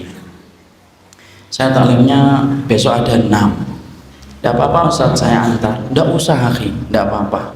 Saya dengar ikhwan yang dampingin antum nyetir pulang kampung. Iya, lagi pulang kampung ada urusan. Tidak apa-apa Ustadz. Saya bilang sama beliau, tidak usah akhi, kalau antum mau ngantarkan saya, antum antarkan saya dari subuh, 3:30 subuh antum siap apa di depan rumah saya? Siap insya Allah Ustaz. Saya pikir biasa, mungkin tidak jadi. Kemudian saya tutup teleponnya, tidur, saya istirahat. Pagi jam 3 sudah bangun persiapan untuk kajian subuh, karena hampir tiap hari ada kajian subuh. Kemudian mempersiapkan, kemudian 3:30 pagar saya itu dikotak, tek. Saya buka tirai kamar tamu, ternyata beliau sudah ada di depan saya, di depan rumah saya. Masya Allah, saya bayangkan ini orang ini bangunnya jam berapa, mungkin 2:30, mungkin jam 2. Maka kemudian perjalanan dimulai dari subuh, kemudian duha, kemudian duhur, sampai kemudian malam. Sepanjang perjalanan hari itu selalu saya tanya, antum kenapa sih dampingin saya akhi? Emang antum tidak ada hari libur aja? Bersama keluarga ada Ustaz. Istri antum tidak marah, antum nemenin saya? Enggak. Anak-anak tidak butuh abinya, butuh Ustaz. Semuanya sudah saya kondisikan. Dan tidak pernah membuka jawaban dan kartu. Kenapa dia saat itu, hari itu menemani saya selama 1 hari. Sampai selesai itu akhi, selesainya itu jam 9:30. Pulang ke Bekasi jam 11. 10:30 sampai rumah. 10:30 sampai rumah, dia harus balik lagi ke Bintaro. Padahal perjalanan 1 jam. Maka 11:30 lebih dia sampai. Saat itu belum ada WA, masih BBM. Kemudian dia BB saya, alhamdulillah Ustaz sudah sampai di rumah. Qadarullah saya belum tidur, saya baca. Ketika beliau tahu saya masih terjaga, belum tidur, ditelepon. Kemudian beliau berkata, semoga Allah terima ya Ustaz amal kita hari ini. Amal antum dakwahnya diterima, amin. Amalan saya nemenin antum diterima ya Ustaz, amin. Saling mendoakan akhir karim. Maka kemudian beliau akhirnya membuka kartu. Ustaz, kenapa saya menemani antum hari ini? Saya teringat Ustaz hadis yang disampaikan dalam riwayatnya Ibnu Umar, bahwasanya membantu saudaranya selama 1 hari itu lebih baik dari itikaf selama 1 bulan. Saya Ustaz belum pernah haji, saya belum pernah umroh, Kalaupun saya ditakdirkan mati muda, Ustaz, saya ingin banget ketika saya mati muda, saya pernah mencicipi bagaimana rasanya amalan itikaf selama 30 hari. Di ujung telepon itu saya tidak bisa komentar apa-apa. Saya cuma mikir satu saja, orang ini jatuh cinta sama surganya. Makanya sampai semua usaha dilakukan untuk menebus bagaimana dia bisa sampai ke surga. Kita, ikhwan, saya ngambil cerita ini seiring dengan doa saya kepada beliau untuk menggambarkan kepada kita, Masya Allah, hal-hal semacam ini nih yang sering kita lupa dalam perjalanan kita dalam kehidupan. Kita memperhatikan taklim, bagus. Kita memperhatikan kajian, mumtaz, subhanallah dan Masya Allah. Tapi terkadang kita lupa manfaat apa yang kita bisa berikan kepada saudara kita. Padahal itu merupakan salah satu amal yang sangat dicintai oleh Allah. 1 hari sebanding dengan 30 hari itikaf. Itu baru membantu saudara. Apalagi membantu agama Allah. Membantu agama Allah itu termasuk salah satu amalan yang besar. Syekh Utsaimin di dalam Riyadhus Shalihin berkata, termasuk di antara amalan yang besar pahalanya di sisi Allah itu membantu agama Allah. Kenapa dakwah itu menjadi bagian terbesar? Orang yang amalnya itu besar pahalanya di sisi Allah, karena membantu agama Allah. Makanya kemudian kita pun sama. Kita pun dituntut untuk membantu agama Allah sesuai dengan kemampuan kita. Kalau memang antum tidak mampu untuk kemudian berdakwah, antum masih bisa membuka pintu-pintu yang lainnya. Karena kalau satu pintu tertutup, bukan pintu-pintu yang lainnya tertutup. Masih bisa kita lakukan apapun yang kita kerjakan supaya kita bisa ikut serta di dalam masalah ini, supaya mendapatkan pahala yang besar. Contoh, ikhwan, antum tahu nggak hari ini, Masya Allah ya, dakwah ini sangat luar biasa dibutuhkan oleh umat. Tetapi kita hari ini, ikhwan, banyak umat itu yang hanya memetik manis tetapi tidak pernah menikmati prosesnya ketika membentuk dai. Rata-rata kantong-kantong umat di mana-mana itu menikmati hasilnya doang. Ada ustadz yang bagus, undang, panggil. Ada yang ustadz bagus, panggil. Tapi kemudian kita lupa bagaimana menikmati prosesnya untuk membentuk dai. Padahal dengan kita mengikuti prosesnya, mengikuti dai, maka pahalanya itu besar. Dan itu Masya Allah berat di dalam mizan kebaikan kita, ikhwan. Contoh nih, antum saya ingin pahamkan antum ya. Hari ini adik-adik kita yang sekolah di Timur Tengah, entah itu di Madinah, entah di Mekah, entah di Mesir, entah di Yaman, itu tidak sampai 7.000 loh akhi. Nanti mereka pulang, kemudian ngampus 180 juta penduduk dengan berbagai macam latar belakangnya. Yang 7.000 ini belum tentu rukun semua, ada yang sukanya itu bertengkar, ya kan? 7.000 ini, antum bisa bayangkan betapa beratnya perjalanan dakwah di masa mendatang. Yang kita khawatirkan anak-anak kita. Kalau sampai anak-anak kita tidak mendapatkan dai amilina fi sabilillah yang mengajarkan kepada mereka tentang manhajnya Nabi dan sahabat, kita khawatir, lah anak kita nanti belajar ilmu yang benar itu di mana? Makanya Masya Allah termasuk di antara pintu besar yang hari ini pahalanya besar itu apa? Ayo nikmatin prosesnya untuk membentuk dai dan mencetak dai. Terus caranya gimana Ustaz? Nyekolahkanlah. Antum bersama teman-teman antum 6 orang, 10 orang, nyari anak-anak yang kemudian kurang mampu tapi pinter, sekolahkan itu ke luar negeri. Ada ini beberapa keluarga di Bekasi, ikhwan, jamaah anak itu nyekolahkan, ada salah satu adik kelas anak disekolahkan itu S1, S2 di luar negeri. Saya ketika mendengar itu, Masya Allah, gibtah saya. Tahu antum gibtah? Gibtah itu iri hati, betul. Saya bayangkan pahalanya. Kalau membantu saudara kita 1 hari saja sebanding dengan 30 hari itikaf, apalagi membantu salah satu anak dan hambanya Allah untuk kemudian mempelajari agama Allah supaya nanti menjadi dai, itu pahalanya sebesar apa kalau ditimbang? Ya kan? Yang di sana menghafalkan Quran, yang di sini dapat pahala. Walaupun yang di sini cuma hafal 3 surat yang terakhir.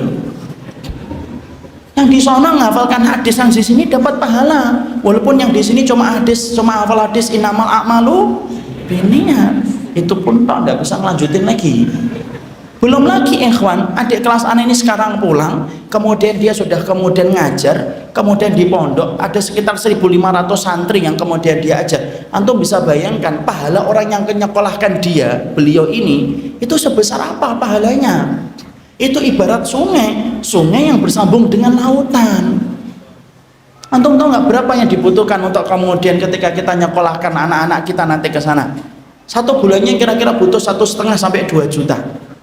Kita kan mampu bareng-bareng gitu 100 orang kalau memang uang kita sedikit, 10 orang kalau uang kita lebih, kita sekolahkan mereka, pulang nanti jadi dai, kemudian disuruh ngajar di sini, menjaga masjid Jenderal Sudirman di sini. Kalau kemudian ustadznya berhalangan, dia yang kemudian menjadi mercusuar ilmu bagi umat. Itu kan pahalanya tidak pernah berhenti, ikhwan. Dan ternyata kita itu tidak pernah mikirkan sejauh itu. Seringnya kita pikirkan puasa sunnah, betul, bagus, teruskan, jangan pernah berhenti. Yang kita pikirkan sholat duha, betul, bagus, jangan berhenti. Tapi memikirkan agama Allah itu merupakan kewajiban kita juga. Dan itu merupakan bagian dari kewajiban kita untuk menjaga agama ini dari segala macam kerusakan. Kenapa kita tidak pernah kepikiran sampai ke situ ya Ustaz? Kan tadi saya sudah ngomong, iblis itu tidak suka kalau kita itu beramal dengan jalan pintas. Akhirnya disibukkan dengan amal-amal itu saja. Dan kemudian kita sudah merasa dengan itu nanti akan masuk surga. Loh, kita ini tidak paham surga. Surga itu Nabi itu mengatakan, ala inna sil'atallahi ghaliyah, ala inna sil'atallahi al jannah. Nabi itu bersabda, sesungguhnya barangnya Allah itu mahal banget dan barang Allah itu surga. Dan kita khawatir kalau kita hanya bermodal pada zona nyaman kita dalam ibadah, jangan-jangan kita itu tidak dapat pahala di sisi Allah. Ketika mizan kita tidak terlalu berat.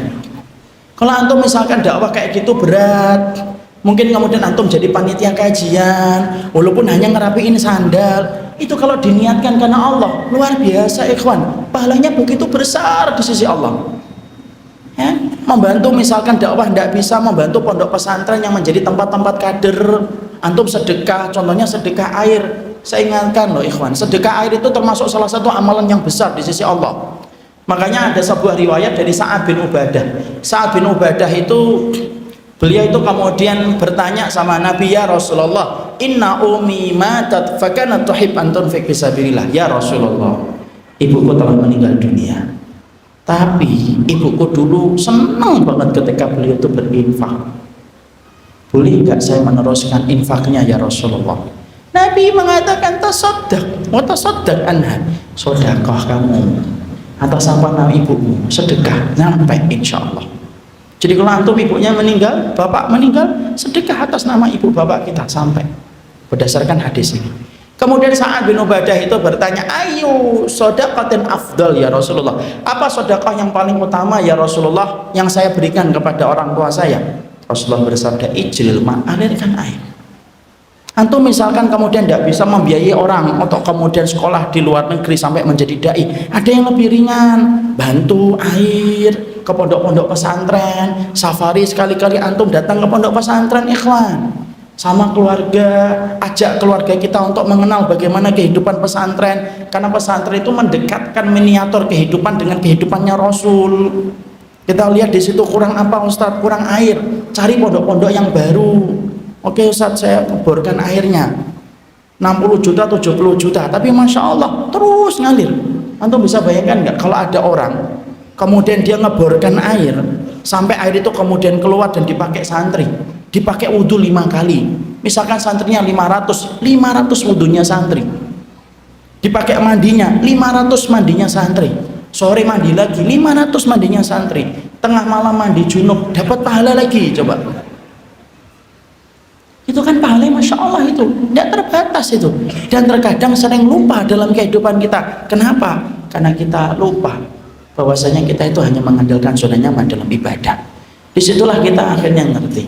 Berarti yang kita perbaiki ketika kita menjadi orang yang menginginkan kehidupan surga.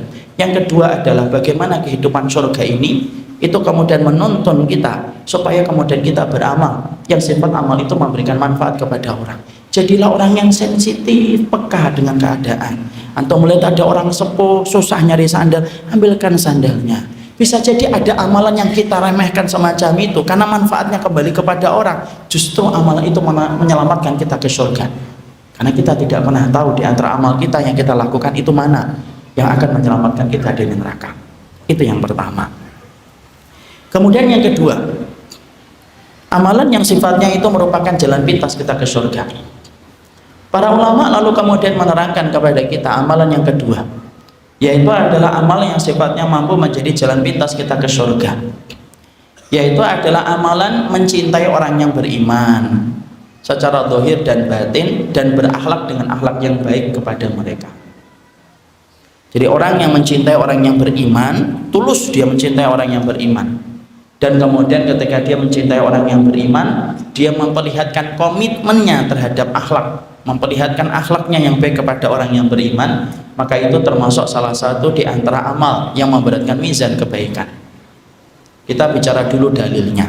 Dalilnya ada dua. Kalau kemudian dalil yang pertama, tentunya kita paham ma min syai'in yudha'u fil mizan athqalu min husnul khuluq. Tidak ada perkara yang paling berat ketika ditaruh di dalam mizan kebaikan seseorang manusia nanti ketika ditimbang, kecuali yang paling berat itu akhlak. Dalil yang kedua yaitu adalah menjelaskan tentang keutamaan mencintai orang yang beriman. Mencintai orang yang beriman itu Bapak dan Ibu besar keutamaannya. Maka kita akan bahas bagaimana dalilnya yang disampaikan dalam riwayatnya Imam Ahmad.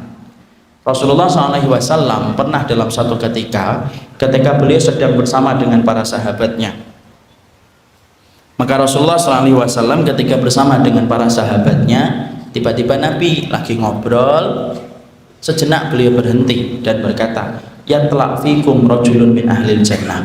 Ini bentar lagi ada laki-laki penduduk surga yang akan muncul. Ternyata yang muncul itu laki-laki Ansor, datang kepada majelisnya Nabi. Ketika datang kepada majelisnya Nabi, kemudian dia bergabung.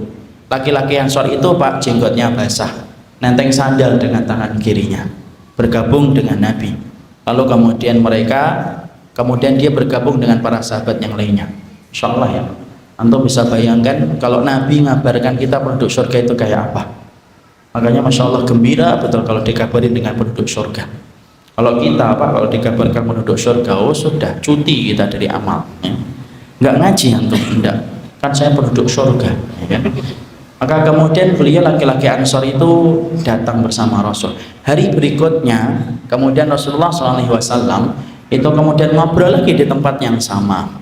Ketika lagi bicara menyampaikan sesuatu kepada para sahabat, sejenak Nabi itu berhenti dan berkata, yatlaq fikum rajulun min ahlil jannah. Ini bentar lagi nih ada laki-laki penduduk surga yang akan muncul.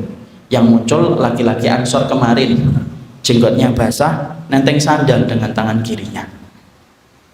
Kemudian para sahabat sudah mulai banyak bertanya, Masya Allah, ini laki-laki ini apa ya amalnya, kok sampai Nabi mengabarkan dia itu penduduk surga. Ternyata hari yang ketiga sama, Nabi tiba-tiba di tempat itu kembali, dan tiba-tiba Nabi itu berkata, yatlaq fikum ya rajulun min ahlil jannah. Yatlaq fikum, akan muncul menghampiri kalian, yaitu laki-laki salah satu di antara penduduk surga. Dan yang muncul itu Pak, laki-laki yang kemarin selama 2 hari berturut-turut yang muncul sampai bergabung dengan Nabi. 3 kali Nabi mengabarkan bahwasanya dia penduduk surga. Sampai-sampai kemudian para sahabat itu yatasaalun fi adhanihim, disebutkan dalam satu riwayat yatasaalun, mereka itu bertanya-tanya di dalam hati mereka, fi adhanihim, yaitu di dalam benak mereka, orang ini apa sih amalnya kok sampai Nabi mengabarkan dia itu penduduk surga hingga 3 kali. Maka ada salah satu sahabat yang paling ingin tahu. Nama sahabat itu adalah Abdullah bin Amr bin As radhiyallahu anhu.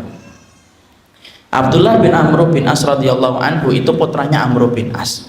Kemudian dia betul-betul ingin tahu amal orang ini apa.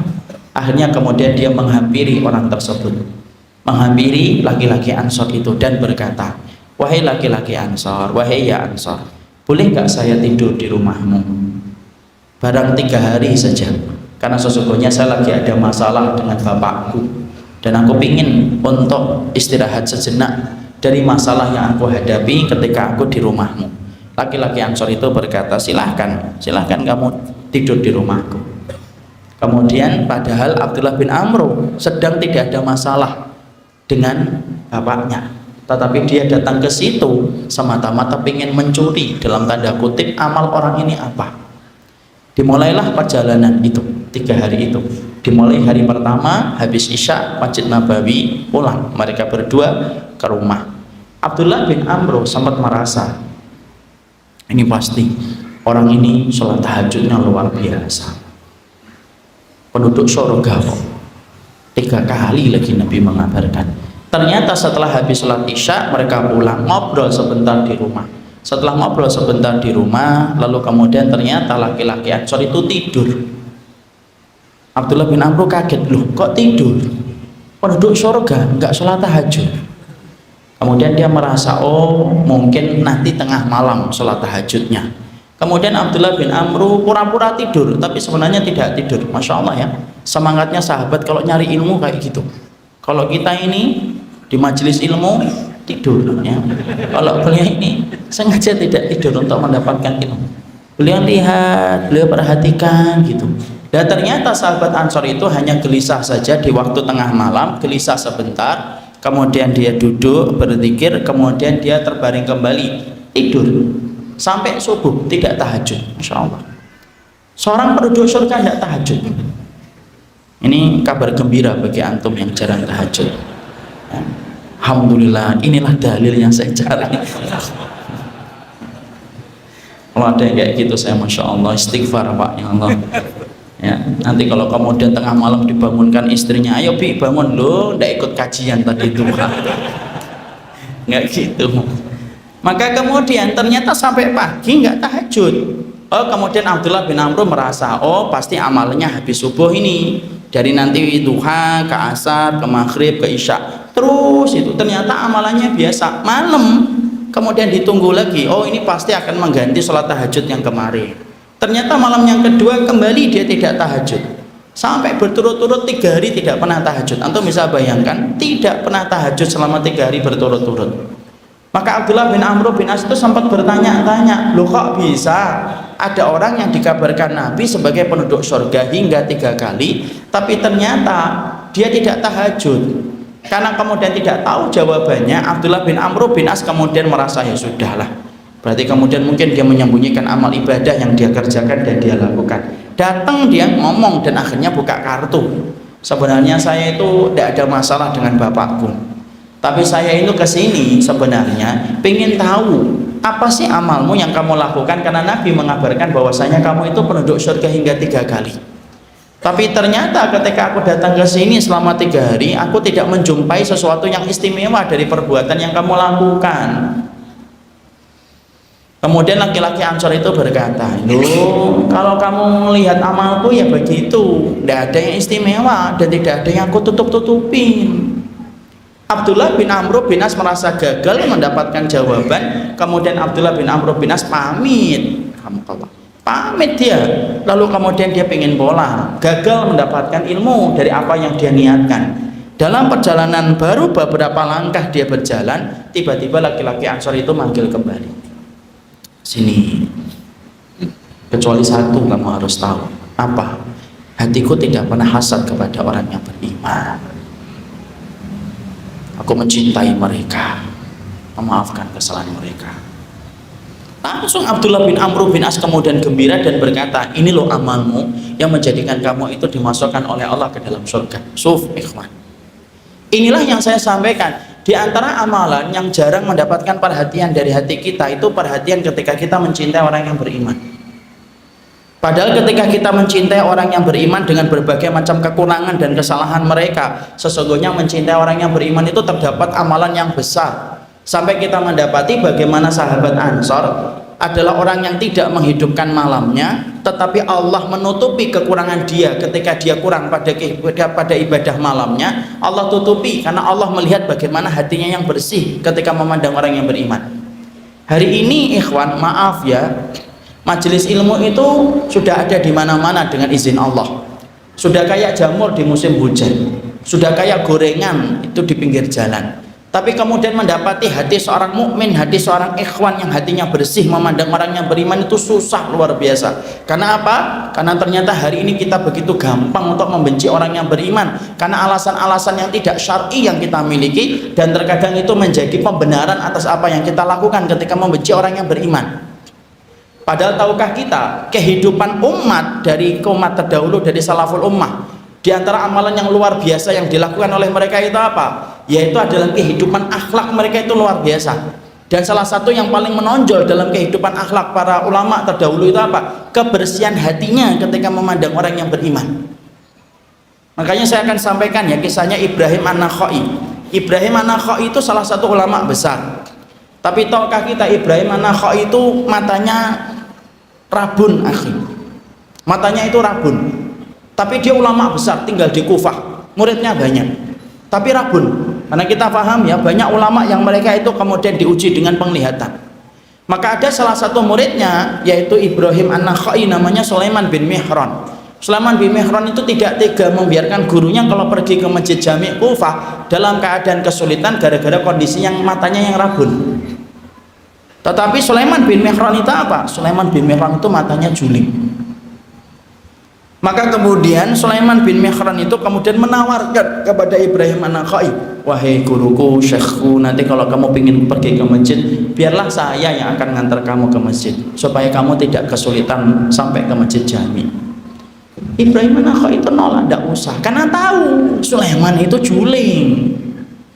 Tapi ternyata Sulaiman itu betul-betul kemudian bersikeras untuk kemudian menuntun Ibrahim An-Nakhai pergi ke masjid.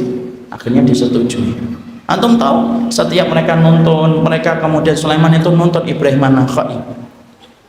Itu baru kemudian masuk mau masjid. Kalau sudah mau sama masjid, apa yang dikatakan Ibrahim An-Nakhai?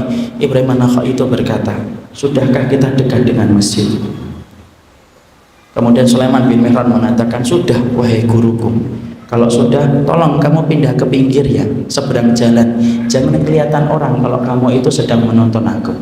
Sulaiman kan kaget, kenapa wahai Ibrahim An-Nakhai, wahai Abu Imran, namanya itu lakopnya Abu Imran, kenapa kunyahnya itu Abu Imran, kenapa saya tidak boleh nonton kamu sampai ke masjid? Jangan, kalau kamu nanti sampai nonton aku ke masjid, orang-orang nanti ngomongnya apa?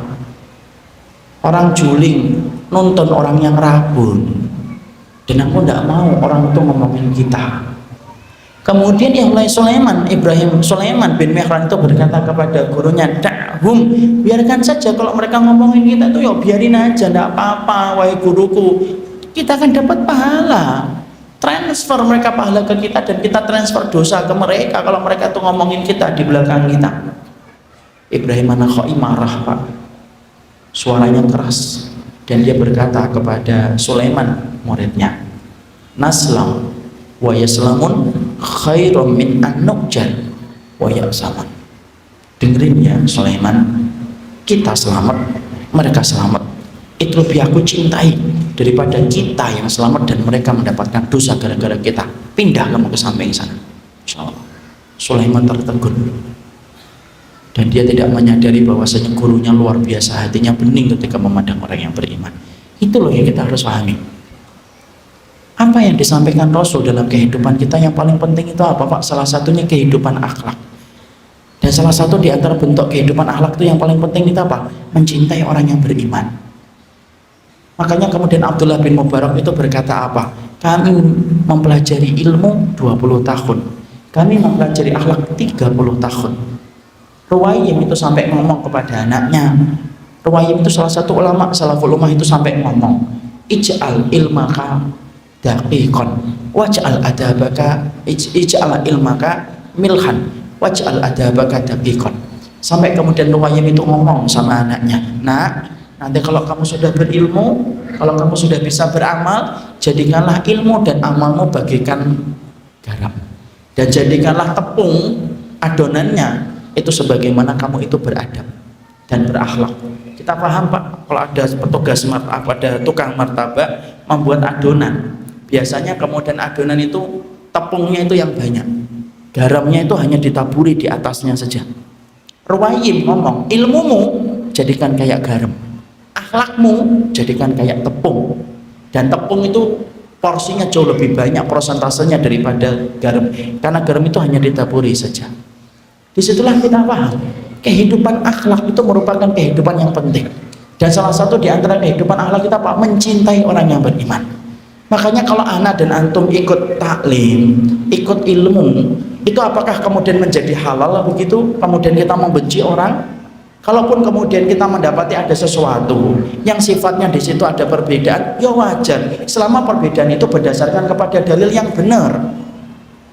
Kecuali tidak memiliki dalil, maka kita pun mengingatkan dengan cara yang baik. Kenapa? Karena mencintai orang yang beriman itu pahalanya besar. Ana ketika menjadi ustadz, lalu halal gitu bagi ana untuk menodai kehormatan orang lain? Tidak halal, akhi.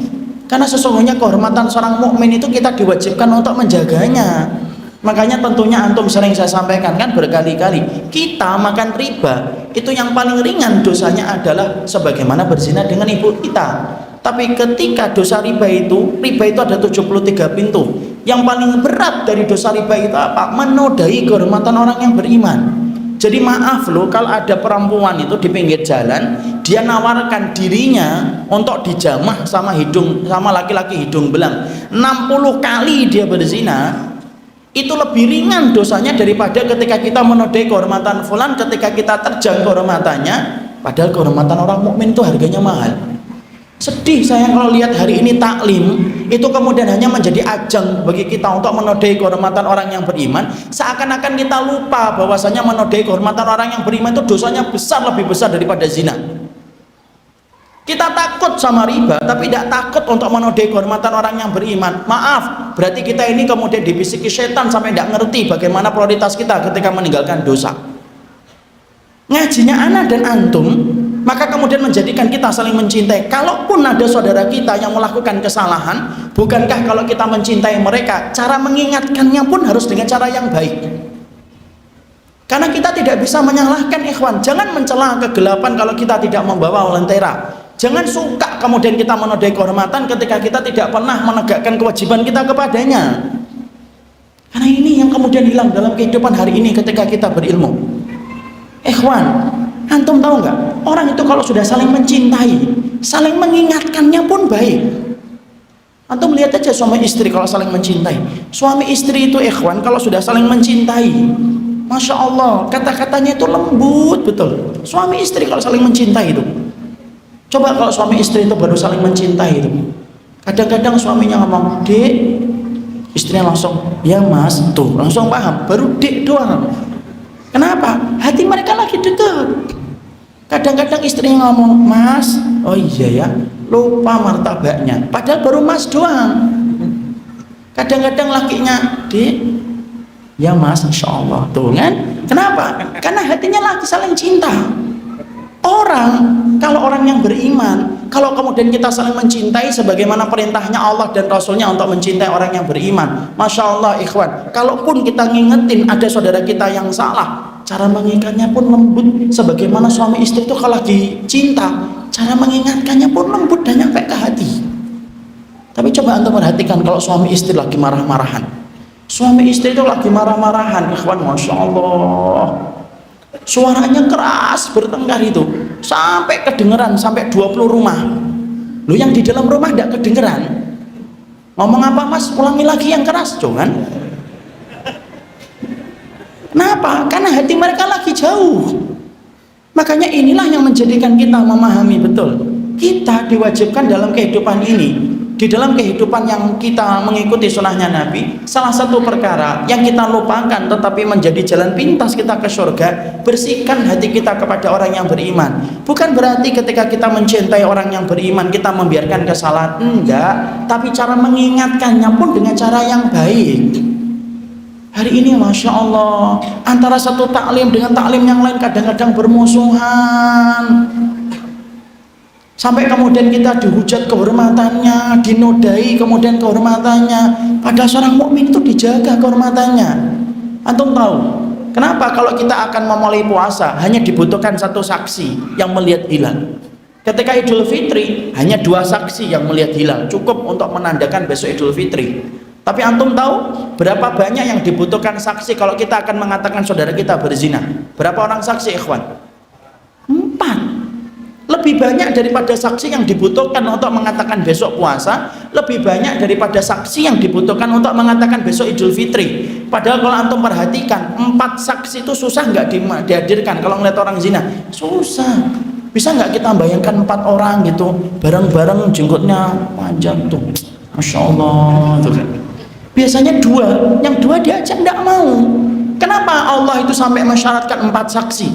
Karena semangatnya Islam itu menutup dan menjaga kehormatan orang yang beriman. Makanya Masya Allah lah, kita pingin saling mencintai ikhwan. Orang kafir hari ini sudah terlalu banyak, itu kemudian mendolimi kehidupan kita. Antum, ini kalau kita keadaannya kayak gini, saling membenci, saling menghujat terus menerus, kita ini kalau dihadapan orang Suriah itu akan ngomong ke kita, tega banget ya kalian itu ya, kita dibunuhin tiap hari, wanita kami diperkosa, malah kalian asik untuk bertengkar satu dengan yang lainnya. Orang Rohingya yang kalau melihat kita, mungkin mereka akan protes, sempat-sempatnya kalian bertengkar, padahal kami sedang menghadapi musuh yang mereka tidak punya peri kemanusiaan kepada kami. Kawan, mencintai orang yang beriman itu merupakan salah satu amalan yang besar, tapi luput dari perhatian kita hari ini. Saya ambilkan contoh ya, ini terakhir penutupnya. 2 tahun yang lalu atau 3 tahun yang lalu, mungkin antum masih ingat, dulu puasa Arafah kita itu sempat beda. Ada yang mengikuti puasa Arafah karena mengikuti wukuf yang ada di Mekah, di mana saat itu tanggal 9 Dzulhijjahnya mereka lebih duluan daripada kita, karena mereka kelihatan hilal dan kita menggenapkan, yaitu bulan Dzulqa'dahnya. Kemudian hari itu terjadi perbedaan, ada yang mengambil miqat zamani, ada yang mengambil miqat makani. Miqat zamani itu apa? Dilihat waktunya. Kalau kita di sini waktunya tanggal 9 besok, ya kita puasa Arafahnya besok. Ada yang mengatakan miqat makani. Miqat makani itu apa? Ngambil tempat. Kalau yang di sana wukuf, ya kita puasa Arafah. Saya masih ingat betul, ada satu grup itu sampai masing-masing mereka punya kecenderungan masing-masing. Ada yang mengatakan mengambil miqat zamani, ada yang mengambil miqat makani. Masing-masing punya dalil. Khairlah insyaallah. Tapi yang saya pernah sedihkan, bagaimana orang yang mengambil 2 pendapat ini bertengkar, ikhwan. Yang mengambil miqat zamani kopas panjang, miqat makani kopas panjang, debat, tidak ketemu, Masya Allah. Keluar dari grup, live group. Yang satu teman debatnya itu keluar, tidak terima, ikut live group juga dia. Sampai kemudian adminnya ikut-ikutan live group ya. Sampai kemudian kita berpikir, Masya Allah, puasa Arafah hukumnya sunnah, mencintai orang yang beriman hukumnya wajib. Kita malah kemudian membela sesuatu yang sifatnya sunnah mustahabbah, tapi meninggalkan yang wajib. Makanya ada salah satu di antara hal, ini penutupnya, yaitu Syekh bin Baz. Syekh bin Baz itu, beliau itu ketika habis rukuk sedekap. Ada sebagian ulama yang ketika habis rukuk lurus, yang sedekap namanya qabd, yang lurus namanya irsal. Beliau termasuk orang yang memegang pendapat kalau habis rukuk itu sedekap. Ketika beliau membela, apa hujahnya beliau dan dalilnya beliau? Panjang dalilnya beliau sebutkan dalam kitabnya. Di akhir kitabnya ada sebuah tulisan yang membuat saya jatuh cinta kepada beliau. Beliau berkata, kalau kamu pengen lurus setelah ruko, silahkan, bagi antum dalilnya. Kalau ana setelah ruko, maka saya sedekap, bagi saya dalilnya. Sebagaimana dari halaman pertama sampai halaman yang terakhir, saya menyebutkan dalilnya. Tapi ingat, antum sedekap atau antum lurus itu mustahab, itu sunnah. Adapun mencintai orang yang beriman itu hukumnya wajib, dan semoga yang wajib tidak hilang dengan perkara yang mustahab. Jadi disitulah kita memahami, inilah yang harus kita perhatikan. Yang kedua, amal yang sifatnya menjadi jalan pintas kita ke surga, berakhlak yang mulia, mencintai orang yang beriman. Itu yang kedua. Apa yang ketiga? 4, 5, 6, 7 dan 8. Ada 8 ikhwan. Tapi waktu jualah yang membatasi. Saya sudah disampaikan waktu tinggal 10 menit lagi. Ini pun disampaikan 15 menit yang lalu. Jadi saya kira cukup. Karena kalau majelis ilmu itu terlalu lama, banyak setannya, kata para ulama. Para ulama mengatakan idza talal majlis fakana li syaitan nasib. Majelis ilmu itu kalau terlalu lama, banyak setannya. Makanya majelis ilmu itu nggak usah terlalu panjang.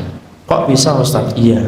Yang asalnya khusyuk lama-lama ngantuk, yang asalnya nggak ngelihat jam, ngelihat jam, yang asalnya ada ke kamar mandi, ke kamar mandi, yang biasanya ada batuk-batuk, batuk-batuk. Makanya sebelum antum batuk-batuk, kita cukupkan kajian kita dalam kesempatan hari ini. Semoga Allah memberikan keberkahan atas apa yang kita kaji. Barakallahu fikum. Ini yang dapat kita sampaikan dalam pertemuan kali ini. Senang sekali bertemu dengan antum, bahagia bertemu dengan antum. Semoga Allah memberikan kebaikan kepada kita, saling mencintai karena Allah, memaafkan kekurangan, dan semoga kita bersama-sama menuju kepada ridhanya Allah. Ini yang dapat saya sampaikan atas nama panitia. Atas nama yang lainnya saya mohon maaf kalau ada banyak kekurangan dan kesalahan. Jazakallah khair pula kepada Ustadz Khalid yang telah membantu kita dan telah memberikan mukadimah yang luar biasa.